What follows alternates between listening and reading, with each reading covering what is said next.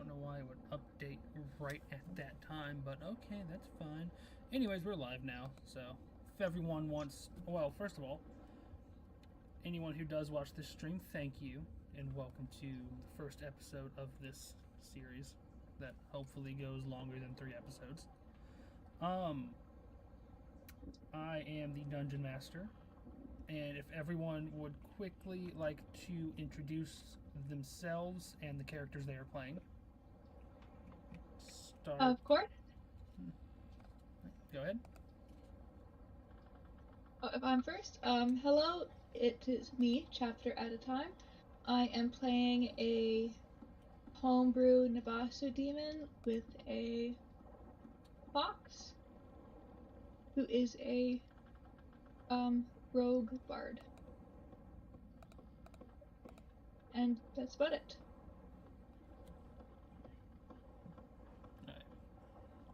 Hello, my name is Jackal Finn. I'll be playing a warlock drow. And that's about as much as information as I'm going to tell you right now.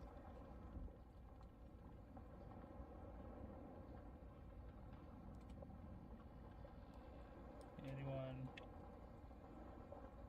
Hello. My name is Stefan Rivienne, and I am playing a tiefling paladin, Oath of Vengeance.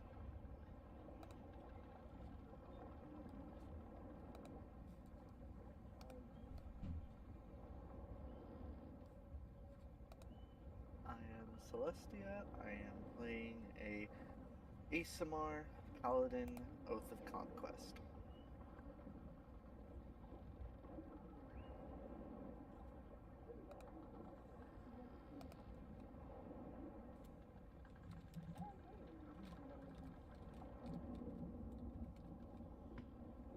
And Mako, if you would like to introduce your character.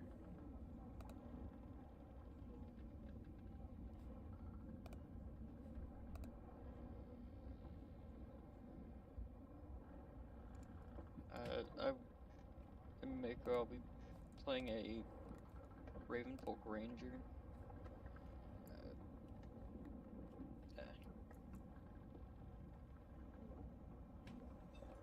Okay.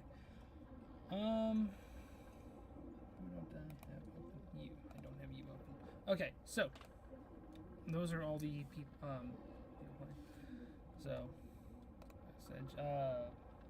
the party is starting at level 3, and should we go ahead and get into it? So, as stated previously, or as stated in the last session, anyways, in session 0. The group that has been assembled is, or has been hired by the Cale Empire to travel off to the far distant lands of Fran, a small island chain about 7 weeks to the east by boat from the main port of Cale. You have been hired either individually as groups to go out to this location in order to assist a small budding colony that you can currently see on the screen with a few incidents that have been happening, mostly attacks by local groups of monsters, witches, one rumor of a golem has been flying around, but none has been substantiated in the mainland yet, so. Listen, it has been almost exactly 7 weeks, and you'll now see the main island off in the distance. I'm going to go ahead and move y'all over to that one real quick. Ignore all the little demon heads, those will be for later. For right now, y'all are over here, where the crown is. Coming in from... Where is the toolbar? Very pretty map. Coming in from this direction. as y'all come in, there are a few things that immediately catch the eyes of other sailors on the boat as well as y'all.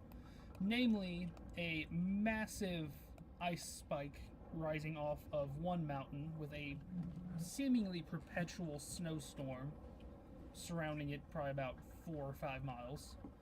And this huge whirlpool just off the western point of the southernmost island. As well as a massive plume of kind of darkened smoke coming from deep into the middle island.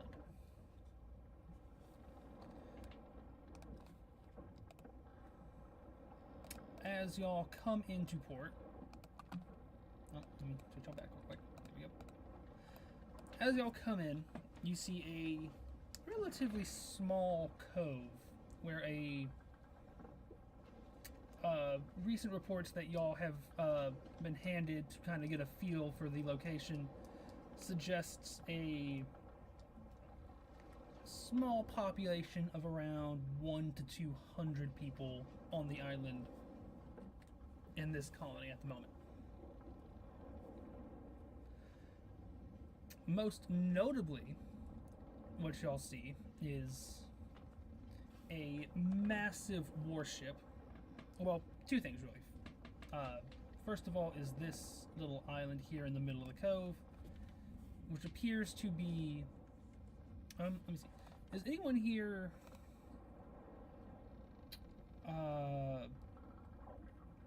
versed in magical artifacts? Not like, just like sort of magical equipment, I guess I should say. How do you say versed? Like, can I sense magical presence coming from that? Moreover, would your character know anything about, like, you know,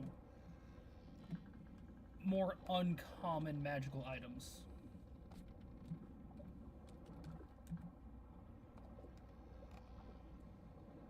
I don't think mine would, though. No. I think my years of thieving would probably get me introduced with rare magical items.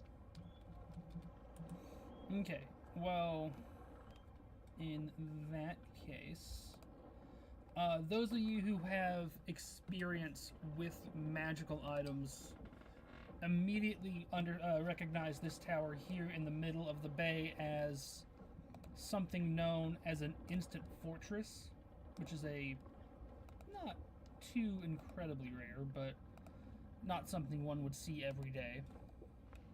Basically didn't mean to do that. Basically a big tower made of adamantine that you can indeed feel some level of magical energy radiating out of the tower.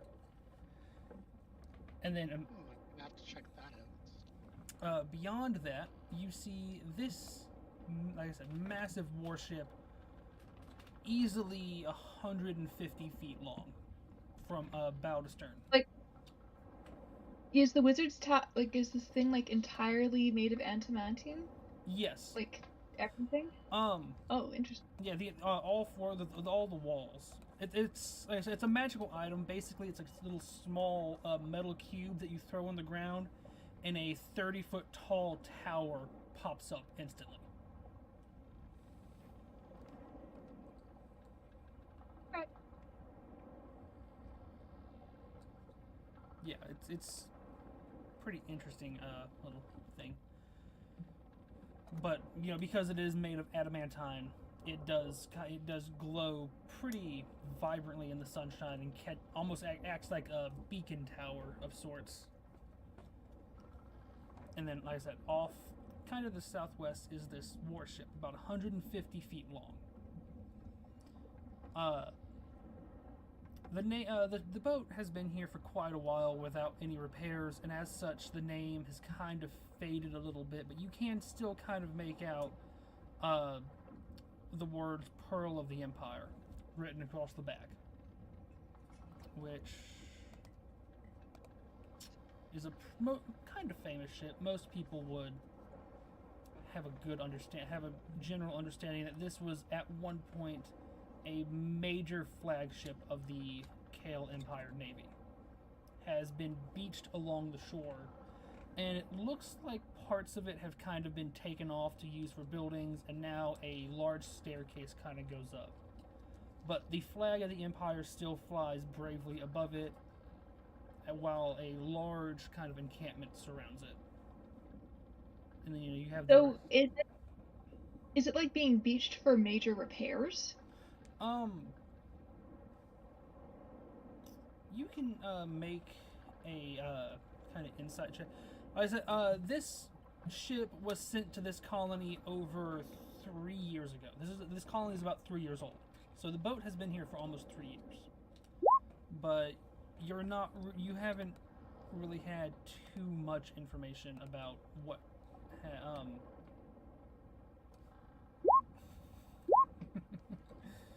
I got an unnatural 20. Oh, that is pretty good. So, with an unnatural 20,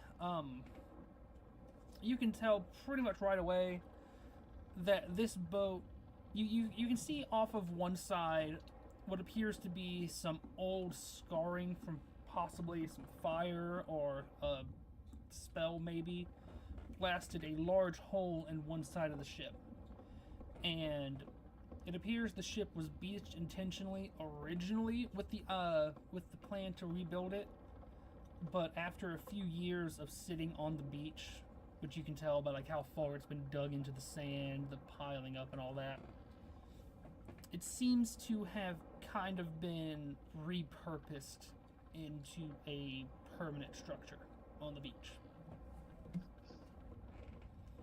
And like I said, with the flag of the Empire flying above it, as well as 2 more flags that y'all can't really identify right offhand, it appears to be the main,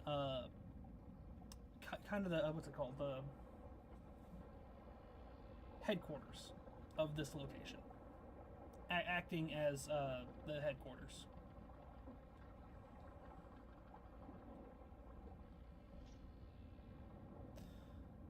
Alrighty.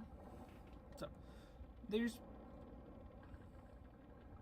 if y'all would like to just give a kind of quick, like I said, y'all have been on this boat for about 7 weeks or so. Is there anything particular that y'all have been doing for these last 7 weeks to kind of, to let everyone else get a good idea of how their character acts, or just in general? I play some card games on the way there, as I am versed in cards mostly.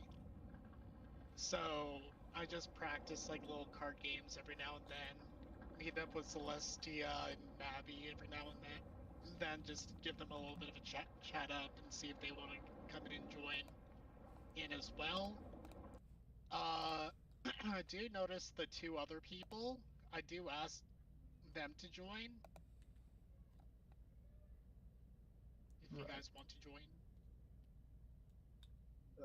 Yes, Stefan wouldn't mind playing a few cards. Just to pass by the time.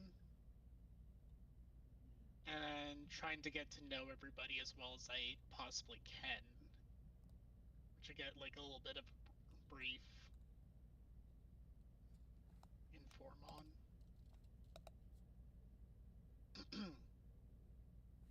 So Jackal is he's not big, but he is tall and slender. He wears a lot of black, as well as like a little bit of black leathers underneath his black common clothes. With a hood on it. And then he wears a necklace, which, if you guys want to, you guys can roll for religion for it.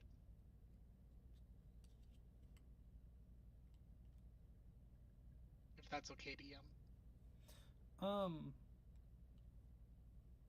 Is it from a particularly unknown like religion, or is it It's from my Patreon.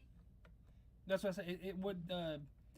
Is it like a kind of like unknown patron that not a lot of people are aware of, or is it like a type of, or is it a patron that like How well It's fairly, known is your fairly god? common knowledge. Yeah.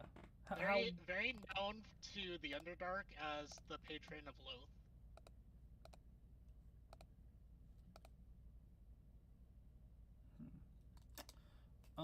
Wait, so just add a character to clarify. Your patron is the the dark elf god who creates this half spider, half dark elf things. Yeah. mm, I would Okay. like to roll religion for that, yeah. if I don't know what that is. It's not. Oh, it's up on the surface world. It wouldn't be a very common deity. So All right. So do I roll in D&D Beyond, or do I roll in the Roll20? do you know how to add your modifiers on Roll20? If not, you can just Yes, roll in I do. D&D Beyond. So I still never figured that out. It's /roll, then space, then it'd be here your I can show dice you like a example plus real quick. So modifier. it's like I think it meant more like just linking your D&D Alright, Beyond to Roll20. that would basically be the formula for rolling with modifiers. So you type /roll 1d20 plus whatever the number is. So 21. 21. Oh yeah. Hang on. Figure out who was who.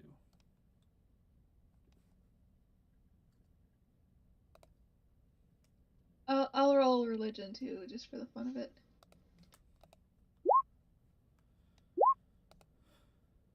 I got a 14. Yeah. I'm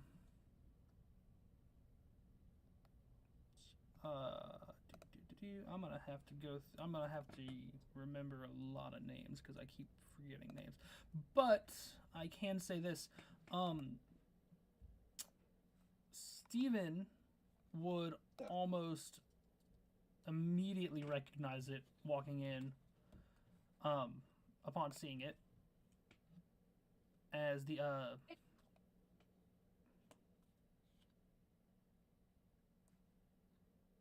okay. Yeah, my character just kind of he would give Jackal side eyes, just like a little of a disgusted look, but like Yeah. just kind of like oh well, not my patron, so why should I care? Right. Actually, let me ask the question real quick. Yep. Would he make it a point to kind of like, okay, does he wear this like kind of out in the open for everyone to see, or is it kind of just tucked into into his shirt, to where it was kind of like It's mostly tucked in, but he let it out for the card game at one point. By mistake. right?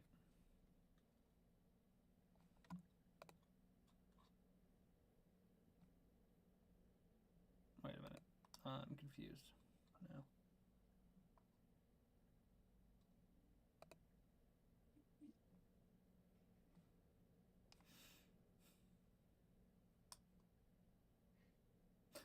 Okay, sorry.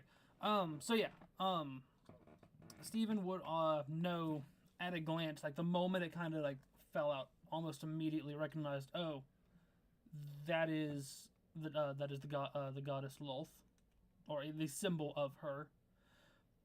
Nabby, on the other hand, knows it's a religious symbol of some kind, but doesn't really know who or what the symbol belongs to. Yeah, because her fox is a cleric.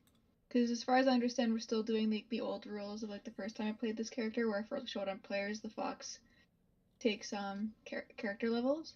Yeah. So yeah, but she herself doesn't follow religion that much. Okay. Yeah. So My character would probably know the symbol, but probably wouldn't care to try and place it to a name. right.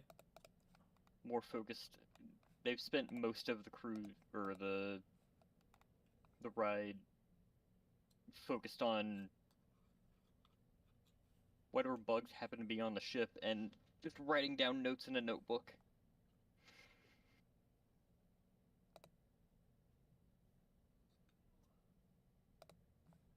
Oh my god, you have so many languages. This is the first time I'm actually reading people's character sheet, and you have so many languages.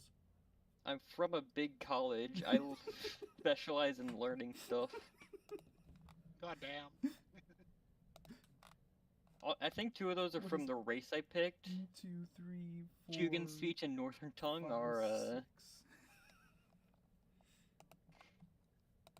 That said, don't worry about that. that's it. Thieves Can't technically isn't a language; it's more of double speak, but that's still Still, Yeah, it still counts. it's an option. Yeah. They let me pick it, so I picked it. Okay, so other than the playing cards, learning little tidbits of each other throughout, y'all get up to right about here with the other boats, where the captain stops and pretty much explains that the rest of the way will have to be taken by on a skiff, as the bay gets too shallow for most boats. So as everyone begins loading in a skiff, y'all's party I'm is gonna actually take my broomstick and I'm gonna just fly my way to the shore. that too. That also works. Hold up. Got some like minor hiccups, kind of. There we go. So, you fly off to the shore. However, the rest of the party is piles onto the dinghy and is escorted to the docks over here, along with a few other smaller boats containing supplies and stuff that were shipped along with everyone else. As everyone, Do you like right back here? oh yeah, you can. I don't know, because every square is supposed to represent about 30 feet, so it's gonna be kind of hard to do with that. But, But Mage, I have a question. yes. So for like this to been a major enough port town for them to have a massive warship dock here, how do the people get their supplies in? Because like major cities back in the day needed decent ports, or has the water just receded as some of the magic that's affecting this place over the last few years? So like I said, the town only has about 100 people, and Okay. yeah, or about 1 to 200 people. I think originally there was like 175 that I said, but it's kind of up and down. So there's not a lot of people here, and there are like small local towns that we will get into in a second. As far as how the massive warship got as far in, magic exists. There's no small number of ways that it could have made it in. It's just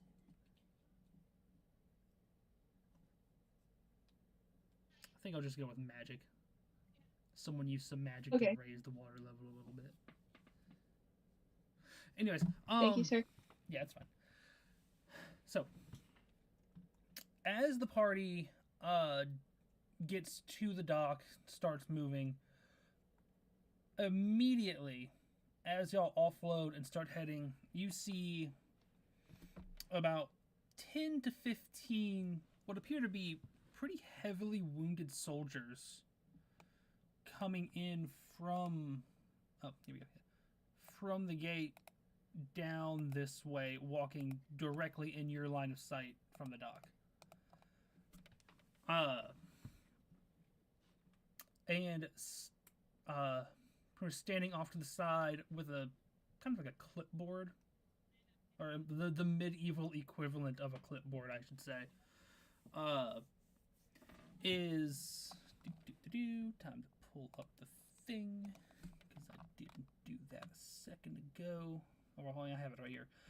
You see what appears to be a human, possibly even half elf, a man in kind of, say, armored robes in a way, like these long flowing white robes with streaks of purple going through them, with a few pieces of armor kind of strapped to the to it.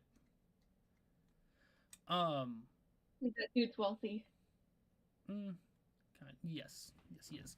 As you come in, he's kind of marking off the people. He kind of catches you out of the corner of your eye, and waves the group over.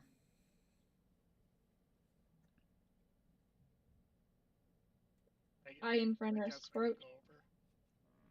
All right. As you go over, he greets you in a pretty standard, just kind of waving his hand. As you get within earshot, he calls out, "Greetings, travelers. Greetings to you. I assume you are the newest group of adventurers that has been sent by the Empire to help with local matters, correct?" Of course. Good. Yep. Well then, it's a good thing I've caught you so early, so as to make our introductions. I am Lord Commander Haskell, Grand Admiral of the fleet that was originally sent here and current commander of the colony. Well, greetings. I am Jackal Finn. Here to help whatever needs to be helped with. Right. Yes. And he kind of holds his hand out, kind of to shake it a little bit, if you would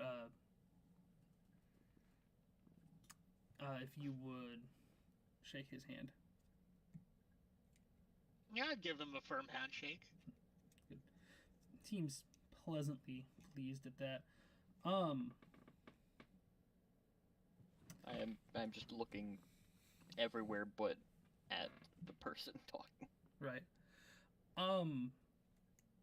He does kind of, as he shakes your hand, he said, "Yes, I did get a brief description in the report sent to me a few weeks ago as to the people who would be arriving. We currently have a few other groups here that I'm sure you will make acquaintance with later, but at the moment, as you see, I must attend to this. We had a small incident not long ago. The men you see here have just been recovered from a botched raid involving what was previously thought to have been a group of simple farmers, but we now see they are a much more violent threat to the colony than we had originally anticipated." Oh, so your typical bandits, you say? More or less, yes. Though how they managed to defeat an entire dispatchment of trained knights is rather mysterious. Possible that they had help from some of the other groups, but that is not much of an issue at the moment, as we have already dispatched a much larger group to deal with them, along with some more veteran adventurers that have been on the island from day one. They should make short work of these farmers. As for your group, if you would be so kind as to head to the orientation tent, down, it would be the large tent to the large tent towards the boat, down this one down here,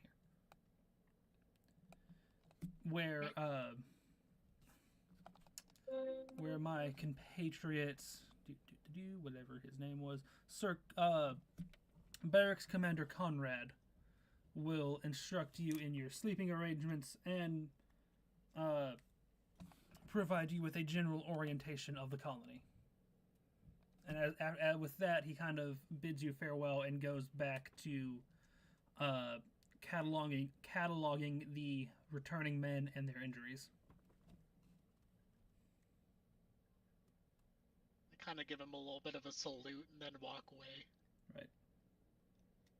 Right. Will anyone else like to? I'm just gonna. So Fenrir is currently like vomiting off the dock because the buoy just made him a little seasick. He's gonna be like, yeah, it's great. Let's go. Right. Do you need help? Would you like to ride on my broomstick on the way there? That would be lovely. I help her onto my broomstick as it slowly guides walking speed. The fox is sick, not the demon. Or, yeah, the fox. She's just watching from 5 feet away. Right. So, as you make your way, you do pass, as you can see, a few other buildings. First and foremost, the very obvious blacksmith, which there appears to be 2 separate blacksmiths built directly next to each other to kind of handle the, day-to-day needs of a small army. As well as what appears to be a small kind of animal pen with a few pigs and some birds of various types. Before passing a small row of pretty large, what appear to be tents built for commanders, before getting to the orientation tent. A large, very regal tent that, despite being brown on the map, is actually purple. Purple-ish. Streaks of purple and all that. In keeping with the themes of the colors of the Empire. Alright.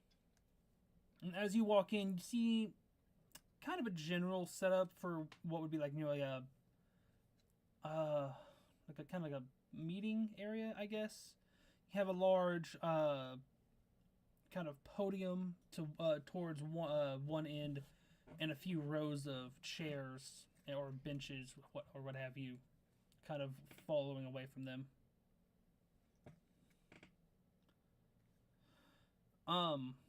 Standing at the podium is presumably Barracks Commander Conrad, wearing, at the moment, kind of just seems to be some sort of,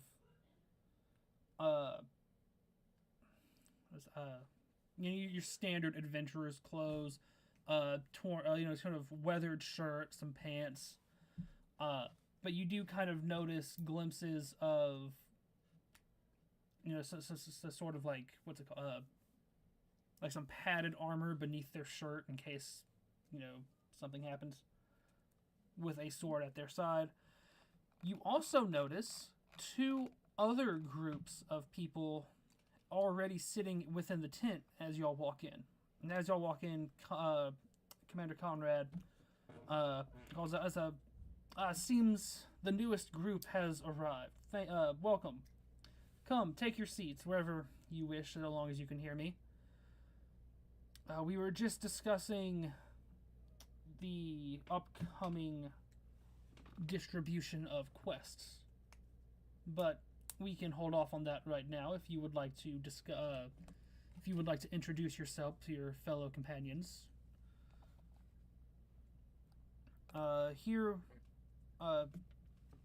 Currently one of our more veteran group is off on their own mission, but we have 2 groups, and you see one of them is obviously real close-knit, is 4 tabaxis, all sitting kind of wearing similar clothing with pretty similar fur patterns, all right next to each other. And the other group seems to be a pretty good assortment of people. Kind of like our group. Yeah, kind of like your group. The other group seems to be comprised of 3 humans, an elf, a satyr, and a rat folk, which is not something commonly seen anymore, but they do still exist in some small amount. Anymore? Were they like exterminated? You are free to make a history check if you would like. Because I'm like, I thought they were quite common. Hiding under cities and stuff. 9. And That would 16. I'd say. Well, the 3 definitely not, but For all we know, you could still think they're common. yeah, with the 3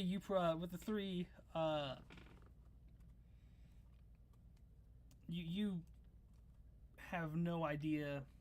You've probably never even seen a rat folk up until this point in time, which, keeping in line with your backstory, seems pretty likely actually. So.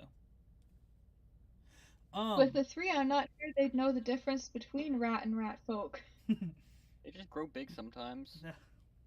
They're just big rat that can talk. If you have a pet rat and you give them lots of love, then they just grow big and become a man. As They can for steal stuff for you. as for the 10 and the 16, so Nabby and Moth, both of you have pretty basic understanding of kind of what happened with the rat folk. About 50 to 60 years ago, rat folk kind of led the king of the rat folk at that time actually led a rebellion in the nation of Cale, and were pretty much systematically wiped out because they just refused to surrender to the to Imperial forces. And it got down to the point where there were probably only a few hundred left in the entire southern continent by the time they finally, laid down their arms. So not only is it kind of surprising that a rat folk would be here in an imperial settlement, or in an imperial settlement, but the fact that he would be working for the Empire is kind of jarring, almost, considering that fact. Were there background checks? I'm sorry? Were there background checks when you join, or do they just kind of let anyone? There's a small. I mean, they didn't really let just anyone come in. They did require a small test of skill, but other than that, they didn't really seem very picky during the initiation process. I'm gonna whisper to my allies, saying, do places outside of the churches usually allow rats to just walk around? They have legs. I Right see as them soon wherever as- they want. Right as soon as he says that, I'm gonna kind of try to see if that guy is up to no good. Kind of just saying his stance and everything. The rat just I mean, he's sitting pretty relaxed, kind of talking in hushed tones with his compatriots, but you are free to roll a whatever check that would be. Insight? Probably insight, yeah.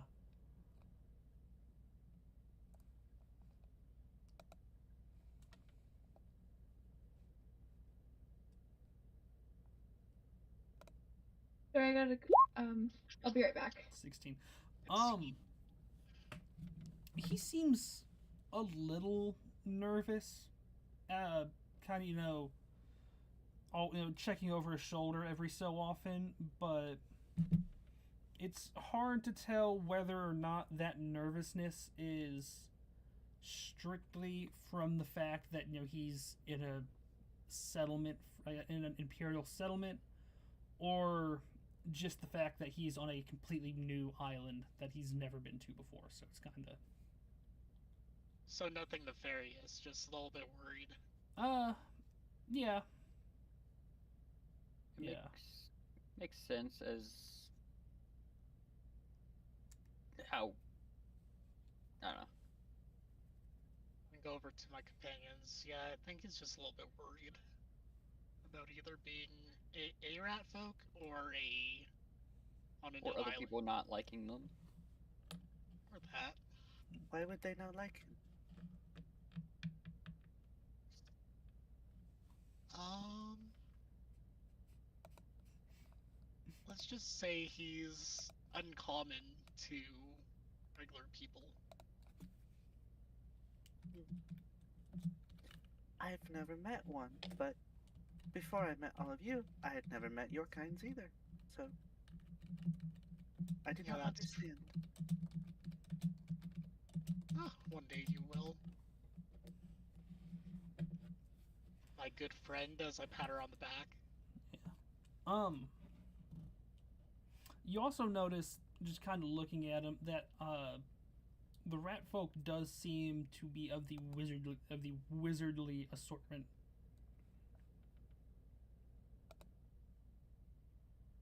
With the kind of dark robes, pointy hat, has a little wand. Isn't That I take just note of. adorable? So yeah, if so would y'all are y'all just gonna take a seat, or would y'all like to kind of introduce each other to, or introduce yourselves to the other parties that you'll be working with? I would absolutely love to walk over to the rat. To the rat.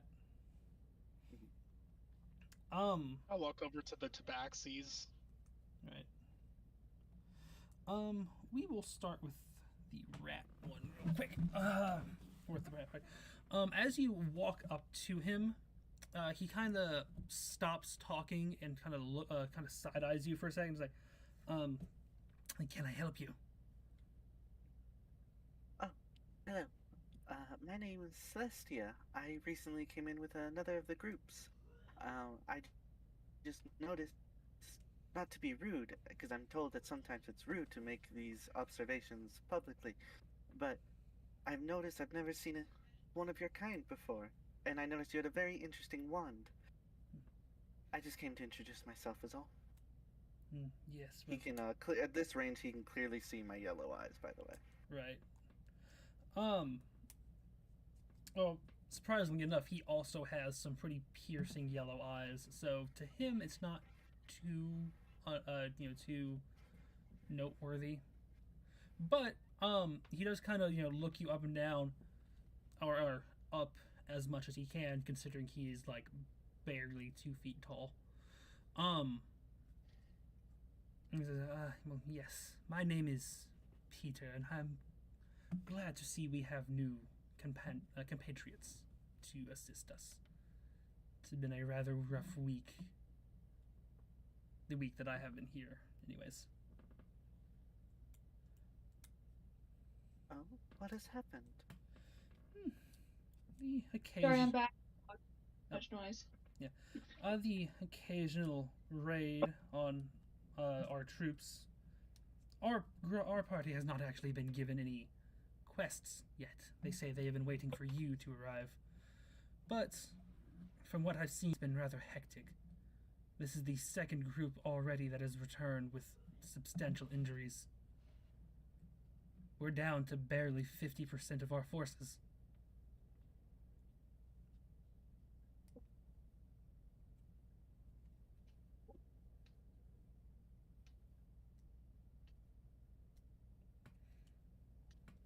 Anyways,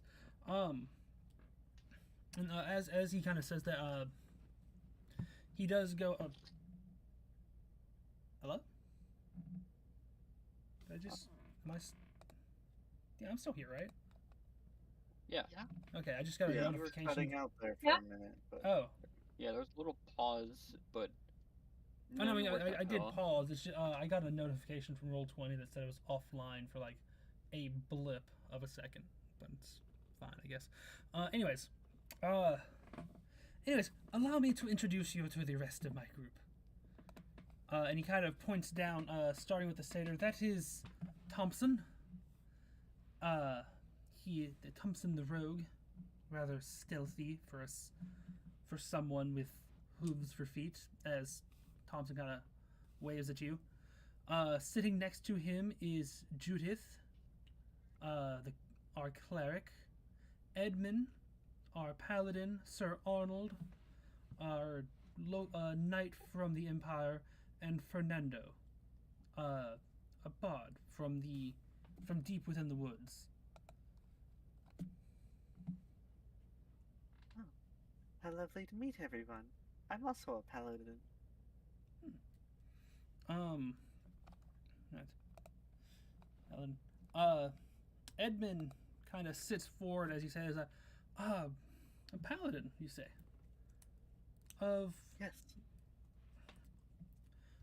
What oath did you happen to take? Or have you taken your oath yet? I have. In the name of light, I took conquer. Oh, hang on. Give me a second.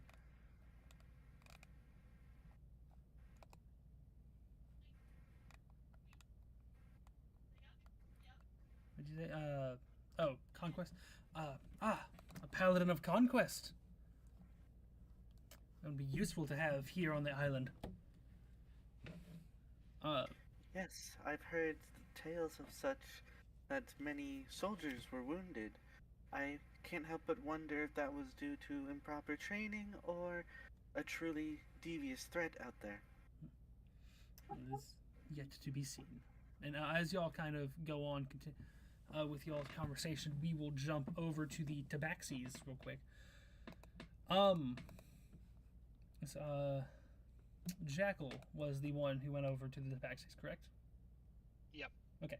So, the four as I said, they are four Tabaxis. There appear to be 3 male and a female Tabaxi, all wearing, as I said, pretty similar robes. And as you get closer, you notice all 4 of them have a similar what's it called insignia sewn into their shirts, various locations, but they're all the same. So insignia of, what do I have to roll for that? I mean, you can roll if you want. The insignia appears to be a single claw cutting through a leaf. Assuming it's from like same tribes.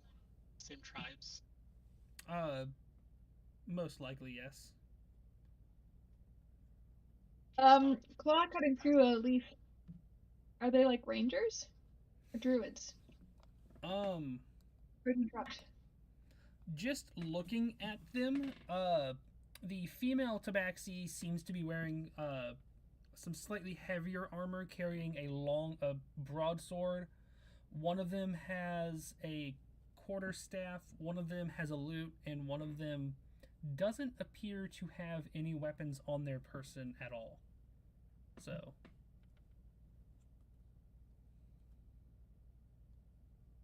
Well, greetings. My name is Jackal. What might I call you folks? The one holding the lute kind of sits forward and says, "My name is Jonathan, Jonathan. This is my brother, Cale, Han, and Elzith, and my sister Elzith." And nice to meet you all. Yes. As we are new to this party, I am Jackal. The small one with the furry friend is Nabby and Fenris. Nabby waves. Or and so is Fenris. Fenris. And we have Celestia. And we have... What's your name, Moth?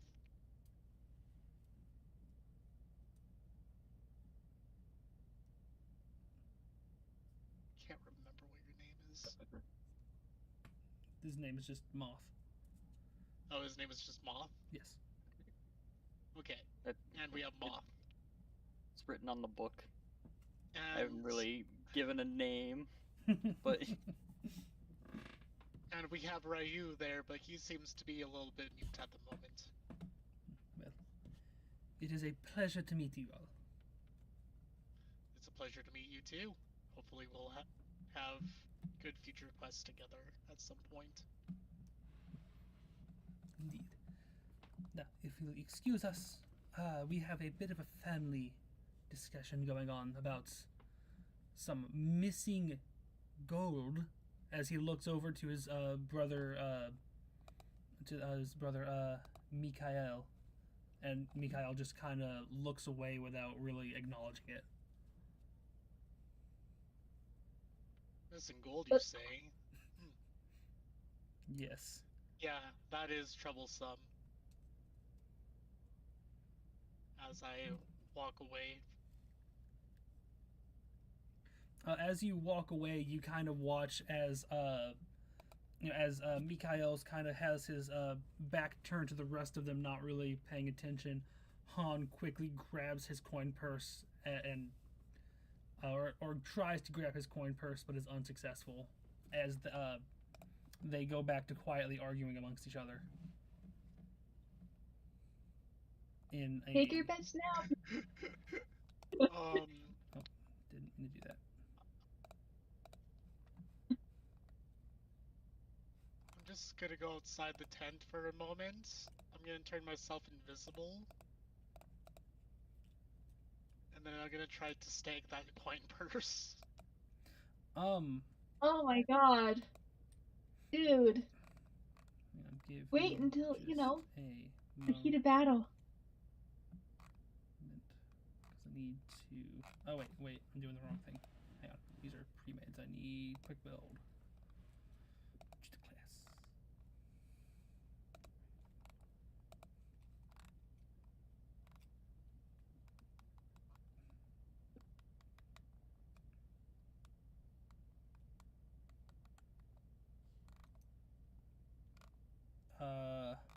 What? Oh, there we go.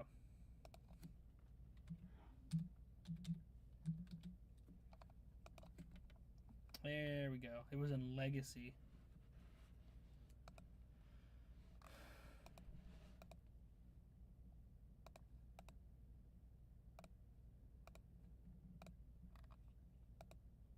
I would like to apologize to anyone watching my stream that my dog is upset. My roommate just came home, and my doggy has, I locked her in the kennel, so she's crying to have my roommate give her hugs. Oh, that's adorable. Yeah, she's a Great Dane, so it's quite... Still adorable.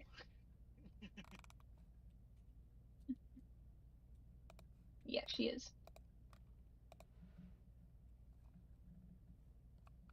Actually, instead of doing my thing, can I just, What? just stand a little bit further back from the tent and just, like, wait around to see what the captain has to say? Yeah. Yeah, you can do that as well. What is with all the new all these different things? There we go. I don't want to quite cause a ruckus just yet. not this early. What? Hang on a minute. If you hit a creature with a light crossbow and deal damage, you can reduce its speed by 10 feet. Yeah, that's the new like master. It's weapon mastery from 2024 rules. Yeah. Hmm. The new rules are Interesting. neat. I'm gonna have to keep a very close eye on that.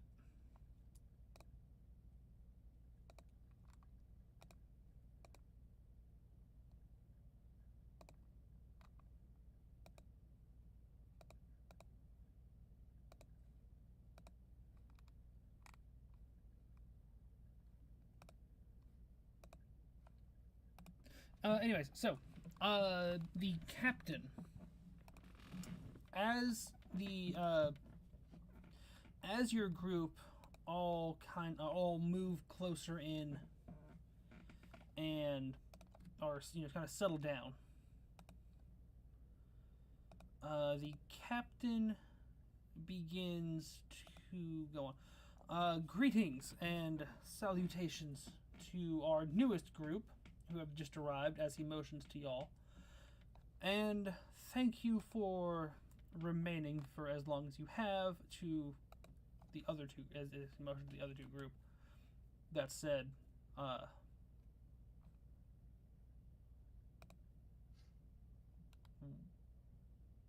hold the fuck up.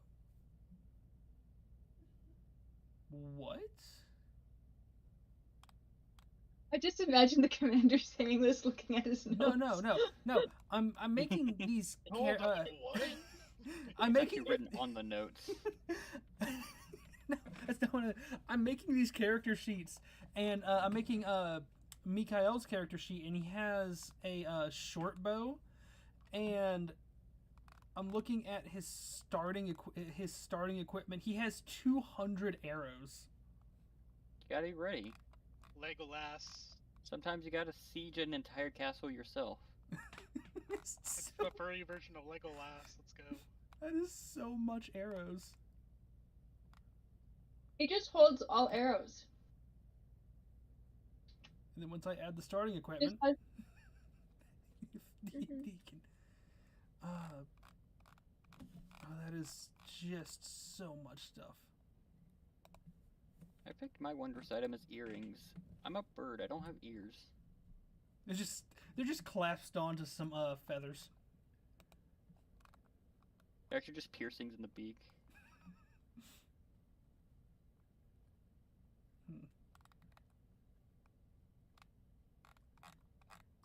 Anyways, back to this. So, the captain standing up, welcome to y'all. Thank y'all for staying for so long. As you noticed, it seems things are starting to go a bit downhill the last couple weeks, as we have lost nearly half of our forces to either disease, injury, or the most recent one, an ambush. So, starting now, with the permission from Lord Commander Haskell, I have been instructed to issue to each of you quests to go out and deal with local hotspots of activity that have been vexing the Empire as of late. To our newest group, I understand you have just arrived. Should be allowed to choose which location they would like to attend first. And you see, the Tabaxis are a little bit annoyed at that, but don't say anything. Whereas the other group just kind of sits there, shaking their heads, kind of glancing at each other. Now then, as you know, you did test your skills before being sent out here, so we have chosen a few locations that we believe will best suit your abilities. And we have written out a few brief descriptions. The first of which will be the Witch of the Black Lake. To the north, there lives a witch and her disciples that seem to have been poisoning the minds of the locals, turning them hostile to Imperial agents, looting supply wagons from resource-gathering expeditions, so on and so forth. We do need somebody to infiltrate the swamp, kill the witch and her followers, and retrieve her book of spells, destroy the hut so no one can use any of the magical items, and generally stop this activity. Though we do we would like to note there has been sightings of a fairly large-sized dragon-like creature swimming through the lake. That appears to be the witch's pet of some kind. As for the next one, will be an area called the Crystal Caverns. A location. That's not nice. It sounds nice, but it is a dense, confusing labyrinth of large mirror-like crystals that cast illusions and deceive people who go through. While we do have a man on the inside who can get you in without having to go through the caverns, the only method we can think of to get you in safely would be to act as prisoners, upon which you would be responsible for escaping prison yourself, finding the items that you've lost, and taking out a lady known as the Mirror Queen, who has been similar issues, launching raids on our men, attacking caravans, so and forth. And then finally, there is a giant golem far to the east, known as the Walking City of the Dwarves. Our sources say that and this is where I am a little bit annoyed at somebody who didn't mention this before, but the Dwarven City seems to have taken on a sect of Loth spider cultists that we need eliminated. No. I immediately cringe at that. We did send one agent into the city at one point, but we have lost contact with him a while ago. It's possible he was either killed or betrayed the Empire. We do not know. So, it is up to, so I will give you all a day or two to think about which quest you would like. We do have additional information if you would like, with a few of our other commanders. But for now, let us, to our two other groups. I would like to see y'all in the training area for a few advanced maneuvers real quick. But for our newest guests, there you go. Our newest guests will be shown to their sleeping quarters. If you will follow this man here, and you turn to see man in kind of heavy armor standing there at the entrance of the tent. Is he like standing there menacingly or just standing there business-like? He's standing at attention. Alright. Yeah. I follow. Well, I'm going to Celestia and Navi. I think the first one is the best option. Yeah, like the witches at? Yeah. Yeah, let's get rid of some witches. Oh wait, we have to infiltrate. Let me do the talking.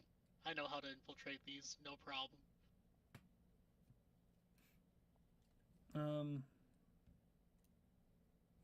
Right. So, the man in armor shows you to one of these tents down here. This tent at the very end, and says this is where our expeditionary teams will be staying. You see, there are aside from your tent, there are 4 others, and each tent seems fairly large. Your tent is at the moment completely devoid of anything except for a couple beds and some storage trunks, and towards the back seems to be a small separated area for, personal business and whatnot. Y'all are free to stay here and set up camp in this tent. Across the way is the dining hall, And then we also have, I'm sure you've seen it in the middle of the bay, the Wizard's Tower, who may or may not be willing to entertain guests. With wizards, it's hard to tell. Furthermore, we have the medical shack towards the south. The large warship acts as both regional headquarters and as a sort of prison. We do have a few prisoners there already that you may want to talk to. They may have information. And then towards the other side of the bay, we have a herbalist, a mine, our farmhouse, and a stable at the gates. If that will be all, I will take my leave. And he starts walking off. Before y'all have a... Do you have any prisoners from the As you say, he kind of turns his head while walking away and says, we have 2 prisoners from the Black Lake, if you would like to speak to them. But they have been rather uncooperative. Uncooperative, you say? I might have some tactics to open up some mouths. If that is, of course, okay with you. As far as we are concerned, they are enemies of the Empire and therefore devoid of rights. Do with them what you wish. Understood, as he gets a little bit of a menacing smile on his face.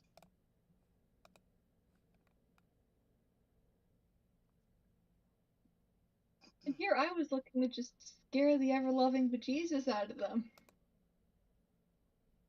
Oh, we could do that too.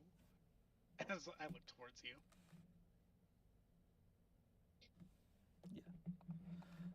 But yes, I'm thinking we just go right back to the tent and say that the witches are gonna be ours. The witches? Yeah. Alright, sounds good. You go back to the tent, you see the other 2 groups kind of arguing over, who gets to choose the next quest first. As the commander, or as the barracks commander, just kind of leans on the podium, seemingly annoyed. And as you walk in, the commander kind of looks up to you and kind of like gets this relieved look on his face, kind of like, oh, thank God I don't have to deal with this, and kind of walks away from the group. He's like, yes, can I help you? We're thinking about taking the witches quest. The Witches of the Black Lake, yes. Rather difficult situation that we've been put into. We have a full detailed report with one of our liaisons, Mr. Fran. Sorry, tripping over my tongue. Mr. Forant. Over here in the middle tent. You may speak to him with additional information as well as securing resources for your journey. I will let you know now. The witches of the Black Lake is how far away? Oh, I did not set the scale. My bad. 6 miles. No, not 6. 9. Save. There we go. 9 miles. The Black Lake is about 36 miles away. It'll take you roughly a day, possibly a day and a half, depending on how quickly you can travel. So do prepare accordingly. Of course. I grab the paperwork and then I go towards Moth.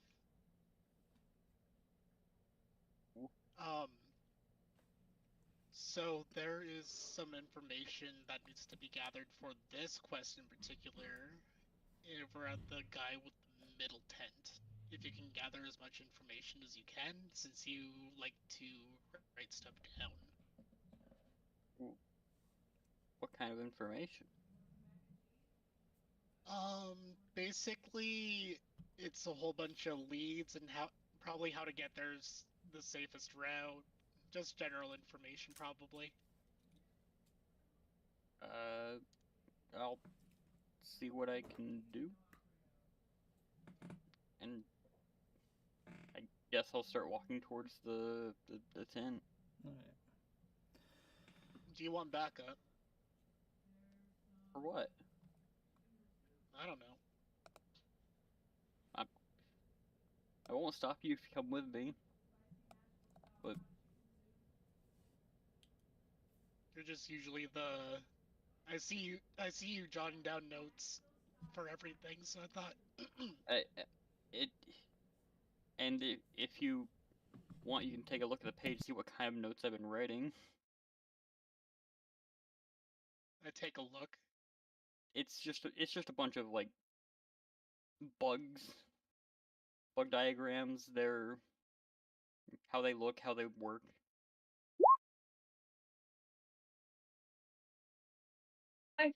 I think that's actually a really cute detail. It is kind of scratchy and hard to read as well, and some of it doesn't even appear to even be in common. Celestia, Yes? would you mind going with our lovely friend over here to gain some information from the middle tent? Me and Nabby have some things going on over by the prisoners. Oh, I'm sure you're going to be, of course, gentle and proper with them.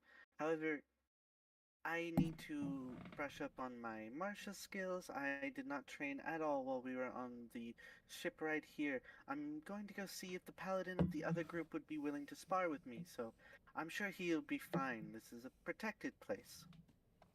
True. Sounds good. Well, we'll meet back over at the lunchroom when it comes to mealtime. Sounds good. Right. So, let me think.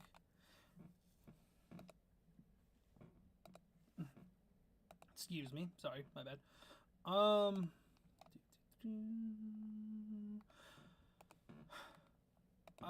I guess we will start with Moth. Going to get his information.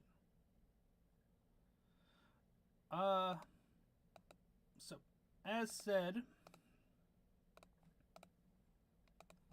it is the middle tent, and I've already forgotten the guy's name. Does I'm gonna assume his name is Middleton. Middleton. Middleton. Good enough. Middleton of Middleton. Yeah. The word kind of slurred together, so that's just what I heard. I'm trying to find a Middleton, Okay. whoever that is. We'll go with that. So going over to the middle tent, where Middleton has taken up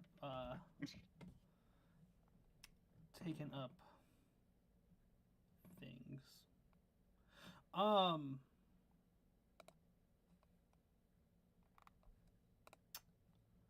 So you enter the area, and it's you see kind of a mix between an office and a bedroom.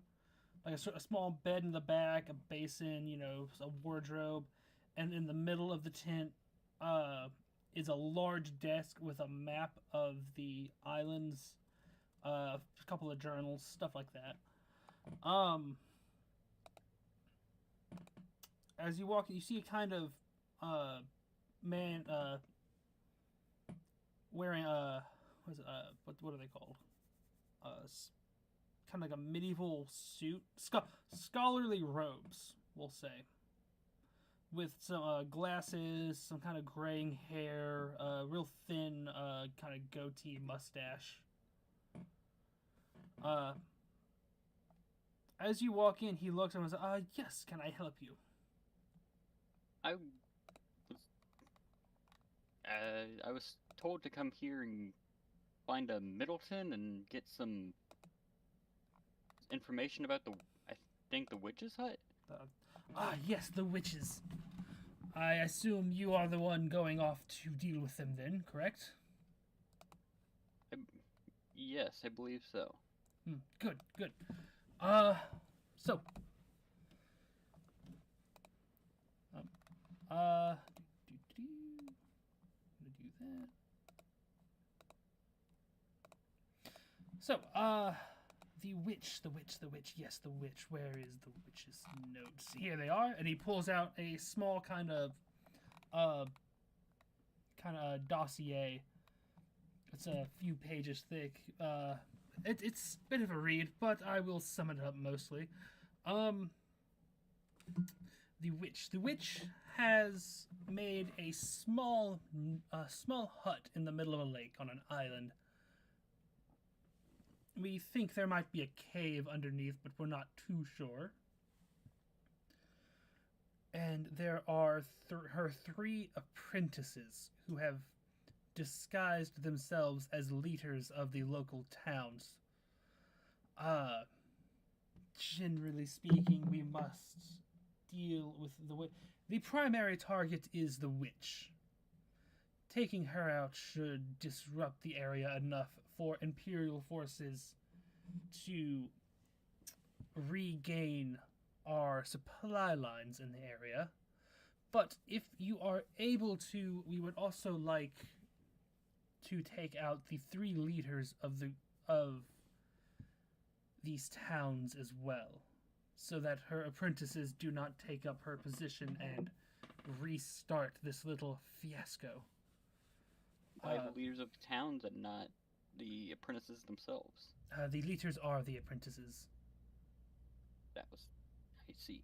Yes. I'm now leading over and reading his notes as well.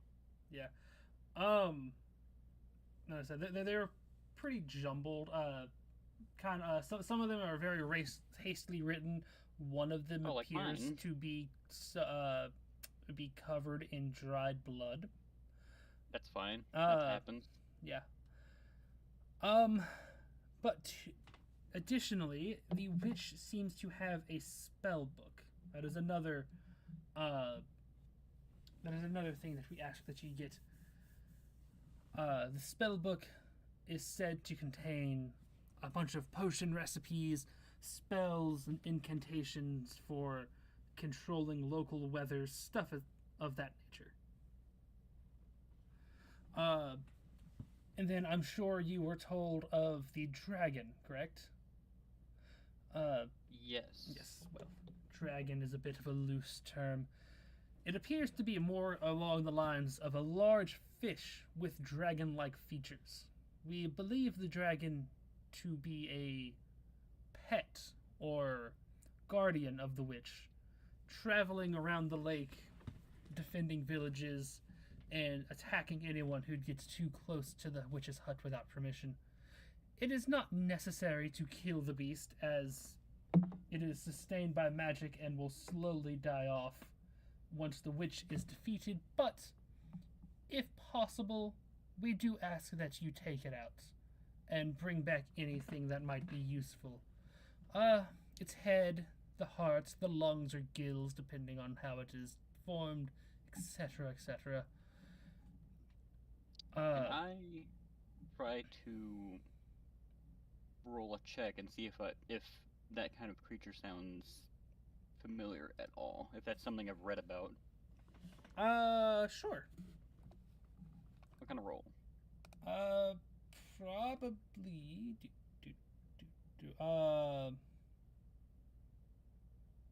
Let's say survival. Okay. Yeah, survival would probably be best for that. 8. Not really. You do have some general knowledge of, kind of homunculi, creatures formed through magical means, but this particular creature is, completely new to anything that you've kind of heard about before. Wasn't in the books I've skimmed. Yeah, pretty much. Finally, two more things. The witch's hut is said to have a rather large selection of rare herbs and ingredients for spells. If you could gather as many of those as you can, and then proceed to burn the hut, so that none of her disciples can come and, or none of her disciples or other figures might try to reclaim whatever may be left over. Do you guys want all of the herbs, or Whatever you can, whatever you manage to grab. It does not necessarily have to be everything, but anything is better than nothing, I suppose. more as a I am also interested in the herbal arts and would like to experiment with them as well. Yes, exactly that. Cool. Let's see. Other information. As he kind of just flips through. Let's see. It seems the lake is shallow. It could possibly be walked all the way across. Though, local wildlife may attack, and there are, bridges built across the entire, from each of the three settlements leading to this middle isle. Speaking of wildlife, it appears that there are, in addition to the dragon, there are some other giant animals, giant crocodiles, giant crabs, apparently a very large snake. They do not have to be killed, but you will likely get additional rewards for killing said creatures. And the dragon. Oh, yes, the dragon. Reports shown quite interestingly that the dragon has the appearance and is most likely accompanied by multiple giant koi fish. So do keep an eye out on that. If you see some giant koi fish, best keep an eye out for a dragon as well. Right. Aside from all of that, is there anything else that I can help you with at the moment? I think they wanted just the path to get there, and I'm looking at the map now. Okay. Yes, the path.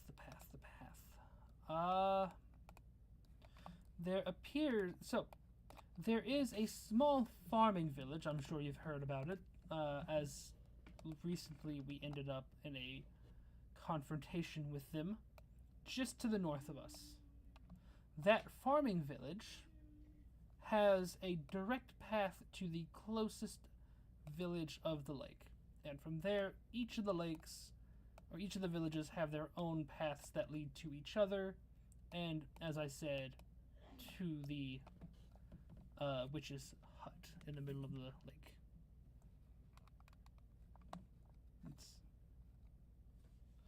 I will say this, however, just so you are aware. The locals do seem to be less and less fond of us as the days go on, so I would recommend keeping your involvement with the Empire kind of hush-hush for the moment, so as to avoid attracting too much attention. That is a good idea.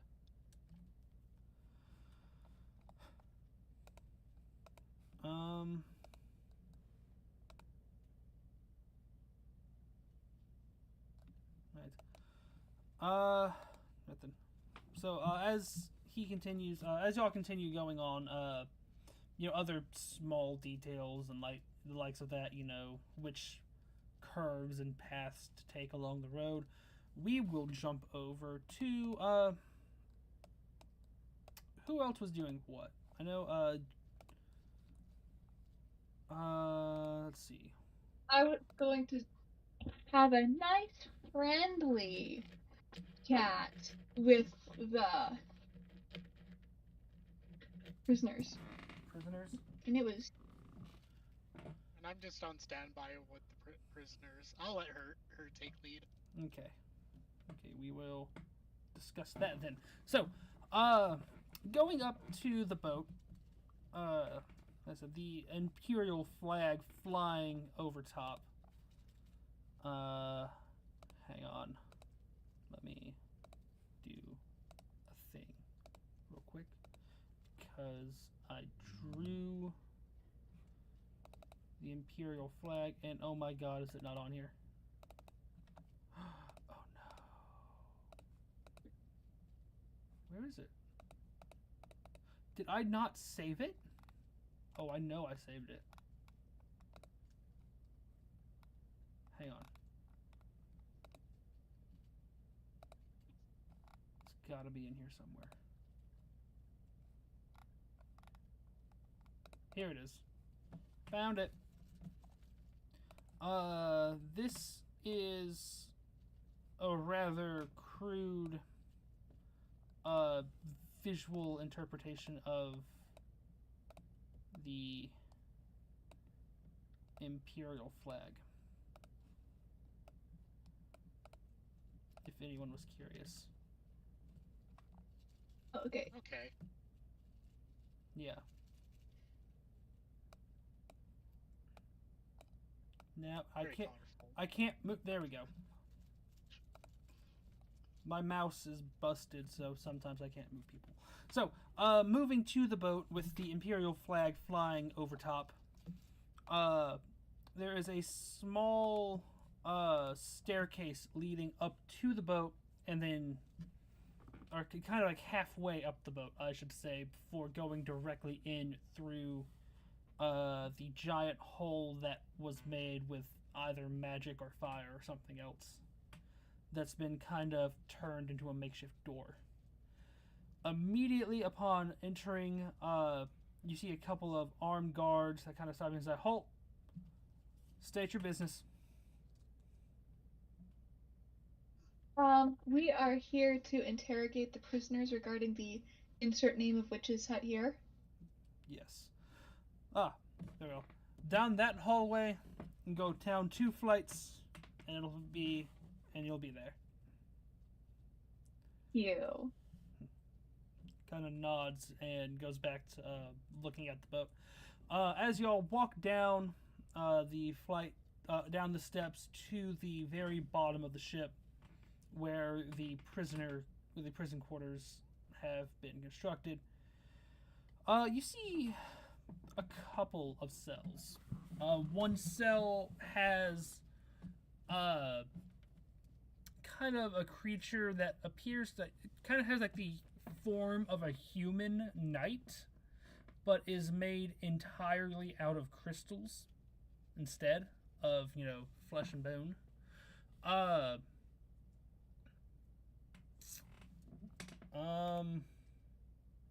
Hang on. Jackal.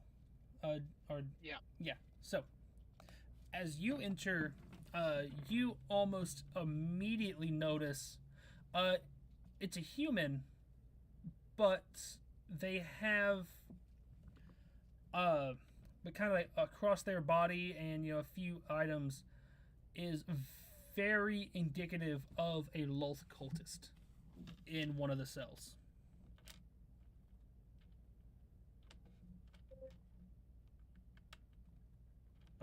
Just Okay, I'm gonna kind of give him a hush as I bring out my necklace a little bit. right. As soon as you bring it out, he like the recognition immediately washes over his face as he this kind of smile creeps across, and he kind of slinks back as far into the shadows as he can. And begins to pray in the typical drow language. You also see a few other things. A kind of ape-like humanoid, kind of real slender. Hang on a minute.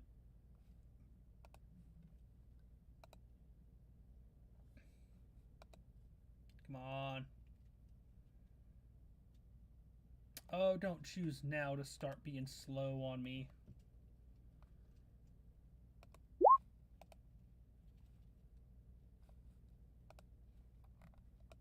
Wait, where is it? Was it you? Oh, here we go. Here we go. Other things. You see an elf.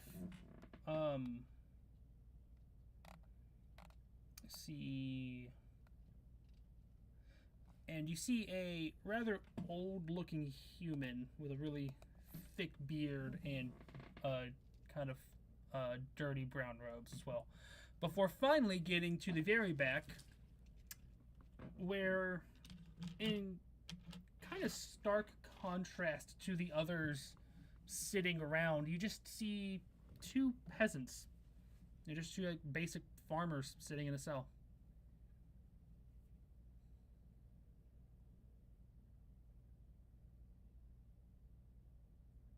Alright, Navi is going to approach said farmers. And she is going.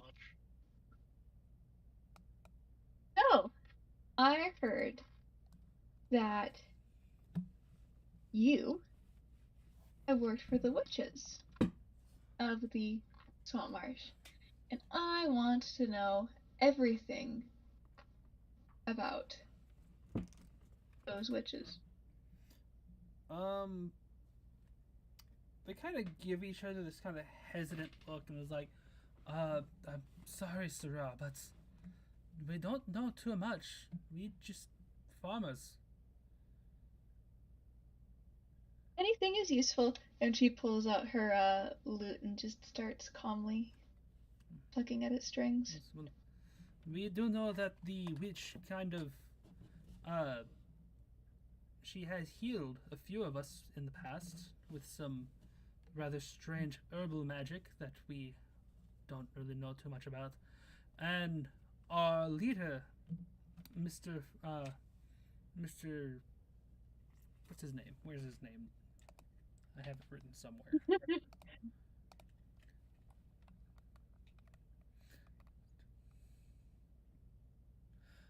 Mr. Funrick, our leader, seems to talk to her on a pretty regular basis, but that is as much as I know. I'm sorry. Can you tell me about anything about this Mr. Funrick more? Mr. He is a nice guy. A little strange. He does. We do see him, talking to plants outside sometimes, gathering herbs. One time, we think we saw him talk to the dragon protector in the swamp, but the dragon protector is just a fish. We do not know how it speaks. Please, we don't. We are just farmers. We don't know why we are here.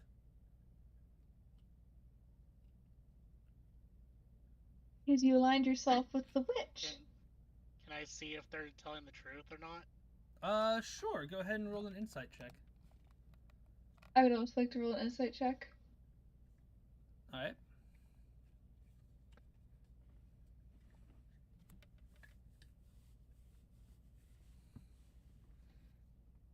Alright. 11 and 17. 17. Far as you can tell, they're telling the truth. They are genuinely confused as to why they have been put in this prison. And everything they've pretty much told, everything they have told you up to this point has been 100% truthful on their part.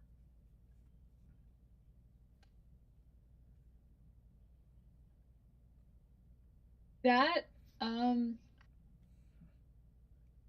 might be a touch concerning if they've just been arrested. Like this is this is me saying this out of character. This might be a touch concerning if they're being arrested for, you know, just making the mistake of letting the witch heal them once. And so that is. Do you know anything about the witch's layout of her camp? I have never been there before. It's quite a long walk through the swamp, and I do not have the ability to defend myself. So I mostly stay in my home farming. I farm mushrooms. You see, I know much about plants. I can help you if you would like with that.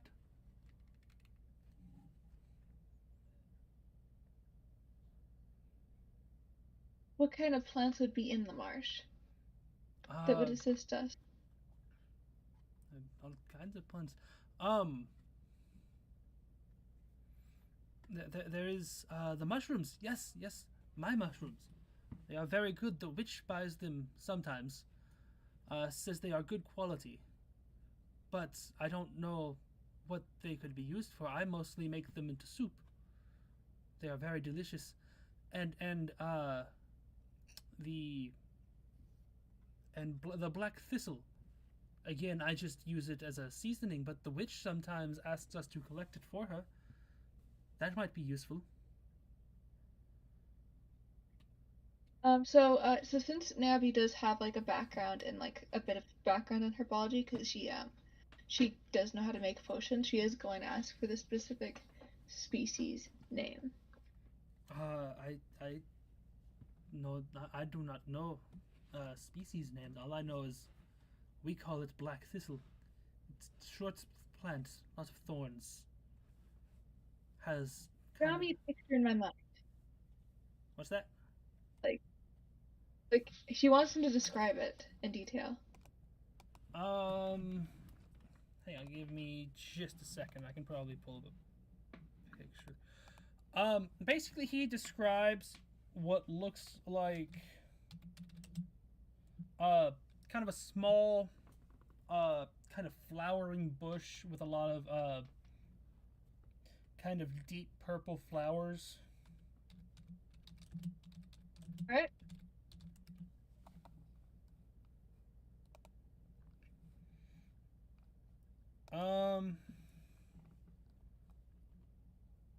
Here we go. This is a good one.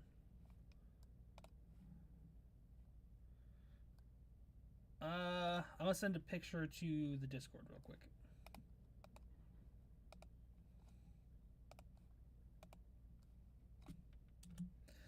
It kind of looks like this. Small kind of bundles of flowers hanging off of stems. Although he describes it as having thorns all the way down the spine of the plant. Okay.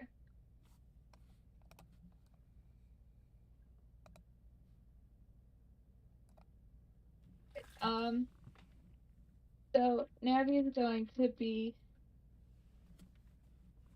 like,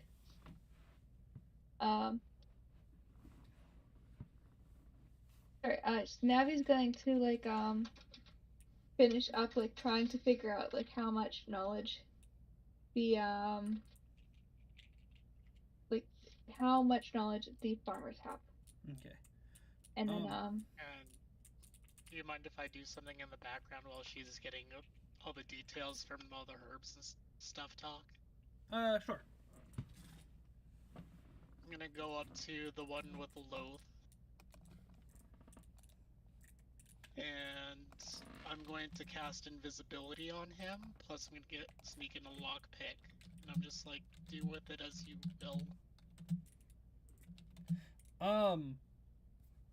Okay, give me a second. Well, I mean, there's nobody else. There's no guards or anything, so... I mean, if you still want to cast invisibility, you can, but there's no real need for the invisibility. The only thing Nabby wants to learn is like she will ask the guard why these people were arrested. But other than that, I do I'll have just- to go. Oh yeah, I was about to say, if you have to go right now, you can just like, DM me a list of like any questions that you that she would have asked, and I'll kind of get you some answers. Yeah, so like yeah. thematically, like how long did the interrogation session lasted an hour after this or something like that? Right. Alright. Yeah. As far as what the guards say, I can tell you that. When you ask the guards just kind of say, we were told that they were captured for aiding the witch. We were not the ones who arrested them. We just called the keys. Alright. Thank you. Alright, see you guys next week. Bye! See you next week. Bye. Okay, and then Shackle. Like I said, you don't have. There's no guards down here, seeing as the only way in or out of this location is a stairway leading directly to a guard post. So if you want to just like hand him the lockpick, that's fine. But if you do want to use the, if you do want to spin the cell slot, then that's up to you. On him. Oh, you cast He'll la- you cast invisibility on him? Yeah. It lasts for about an hour.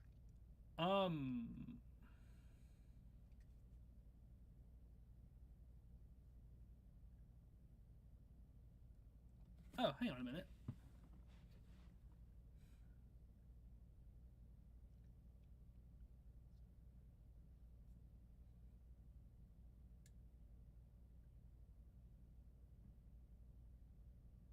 Oh, okay, yeah, that works. I thought they had to be like within a certain range. Okay, cool. So, you toss the lockpick in, or you hand him the lockpick, and as he grabs it, I'm just gonna see like you kind of grab his hand and cast the spell on him immediately. Yeah. Okay. And then I'm just like, do with my gift as you wish. Right. You immediately start hearing the sound of someone picking a lock. Hang on a minute. Let me need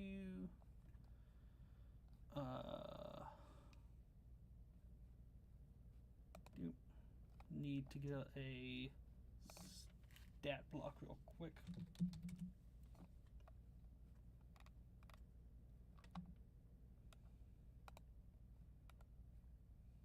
Magnetic.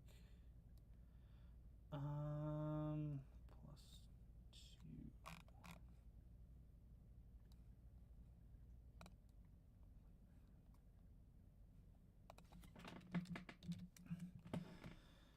And then while I'm looking this up, Celeste, you said you wanted to go ask one of the other paladins to train with you? Yes, specifically the one I was talking to earlier. Alright.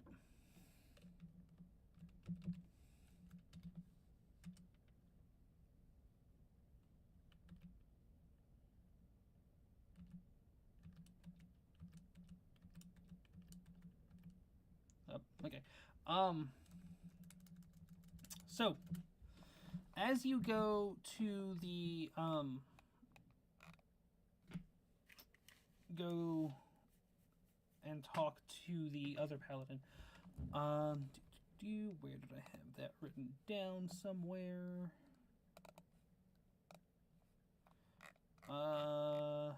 Edmund, right. Why can't I? There we go. Okay, so.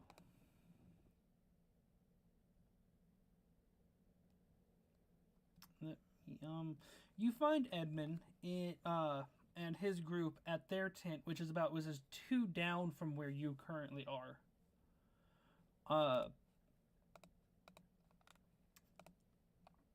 You actually see Edmund sitting outside his tent, oiling his sword at the moment.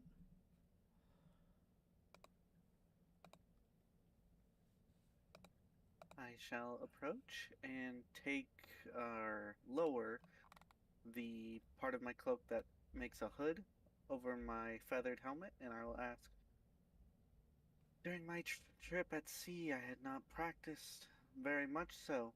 I fear my skills have fallen off. Would you care for a sparring session between us? He kind of thinks for a moment and is like, I suppose that wouldn't be too far out of the ordinary. Why not? He stands up, grabs his sword. Any rules that you would like to put in place before we begin? I would say first to yield. Fair enough. Okay, give me just one moment and I will do something to do.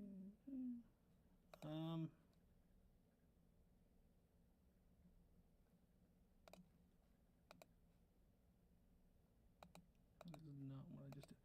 You. And then we're also going to go get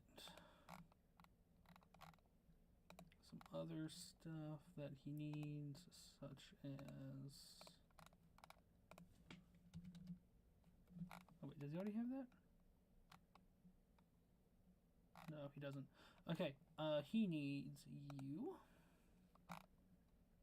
And...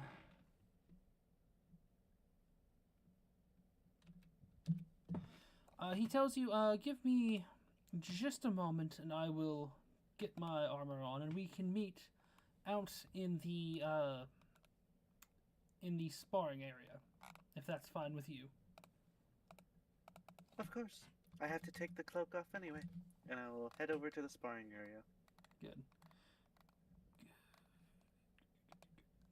Okay, we're gonna... Ooh, what's that?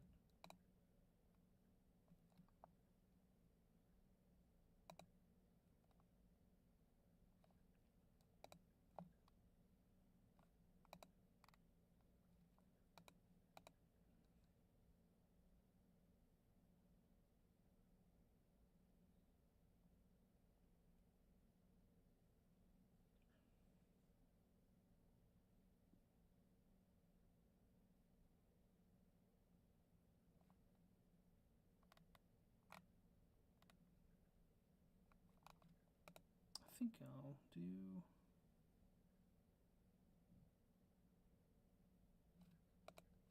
do this one.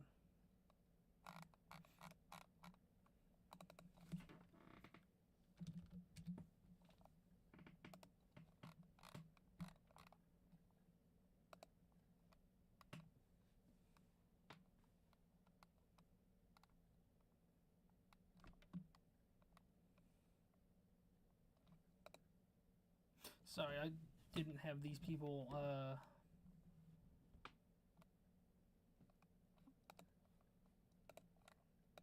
created before this. So I'm kind of rushing to get everything done. It's all good.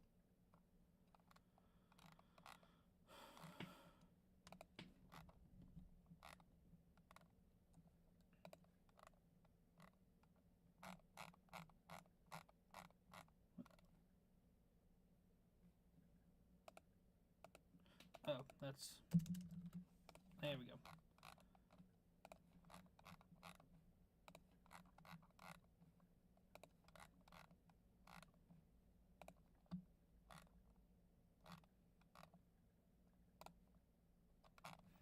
Right, that's what I need. Okay. Actually, no, that's fine. That's everything he needs. So, after a couple of minutes of him,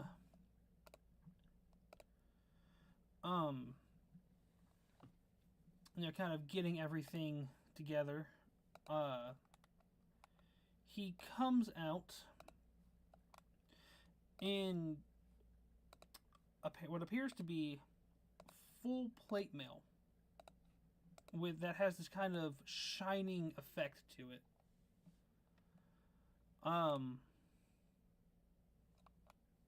Along with his sword, which now that has been properly oiled and is being wielded, the way it's supposed to be, you can see also has a bit of a shine to it that typically associated with magical items. Are you wearing any particular armor, or are you just kind of out there?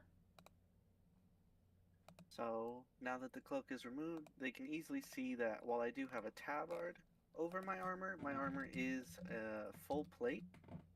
And though I do have, I have the same symbols that were on the cloak. They are etched onto the armor, as well as while I have a sword, I am actually wielding the spear. And my shield, which also has the same symbol as the armor and cloak. And for reference, that symbol is in the Discord. Yes, I did see that.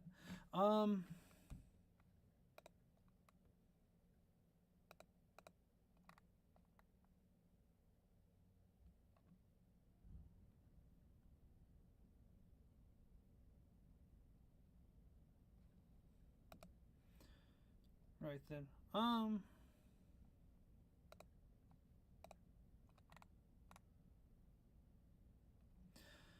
So he walks out onto the field, and as he does, a small group kind of gathers around, as it's not very often that this man goes out to train, especially in full plate.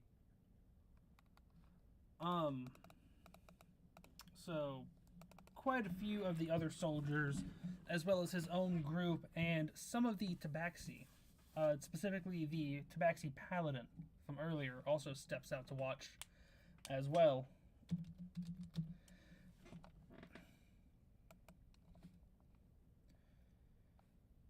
And he kind of calls out, he's like, well then, I see you have not shied away from our engagement after all. Rather noble of you. I've been thinking, if it's all right with you, how's about a bit of a change in rules? Still first person to yield, but whoever yields first,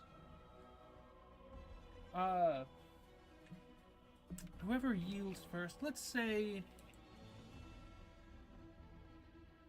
has to surrender their most valuable item of loot from their next quest.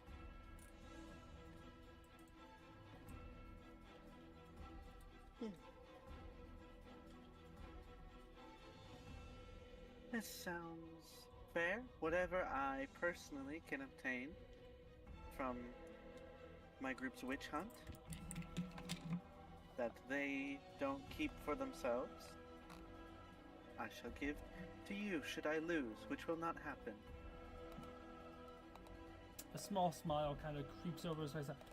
I do enjoy your ambition. Right then.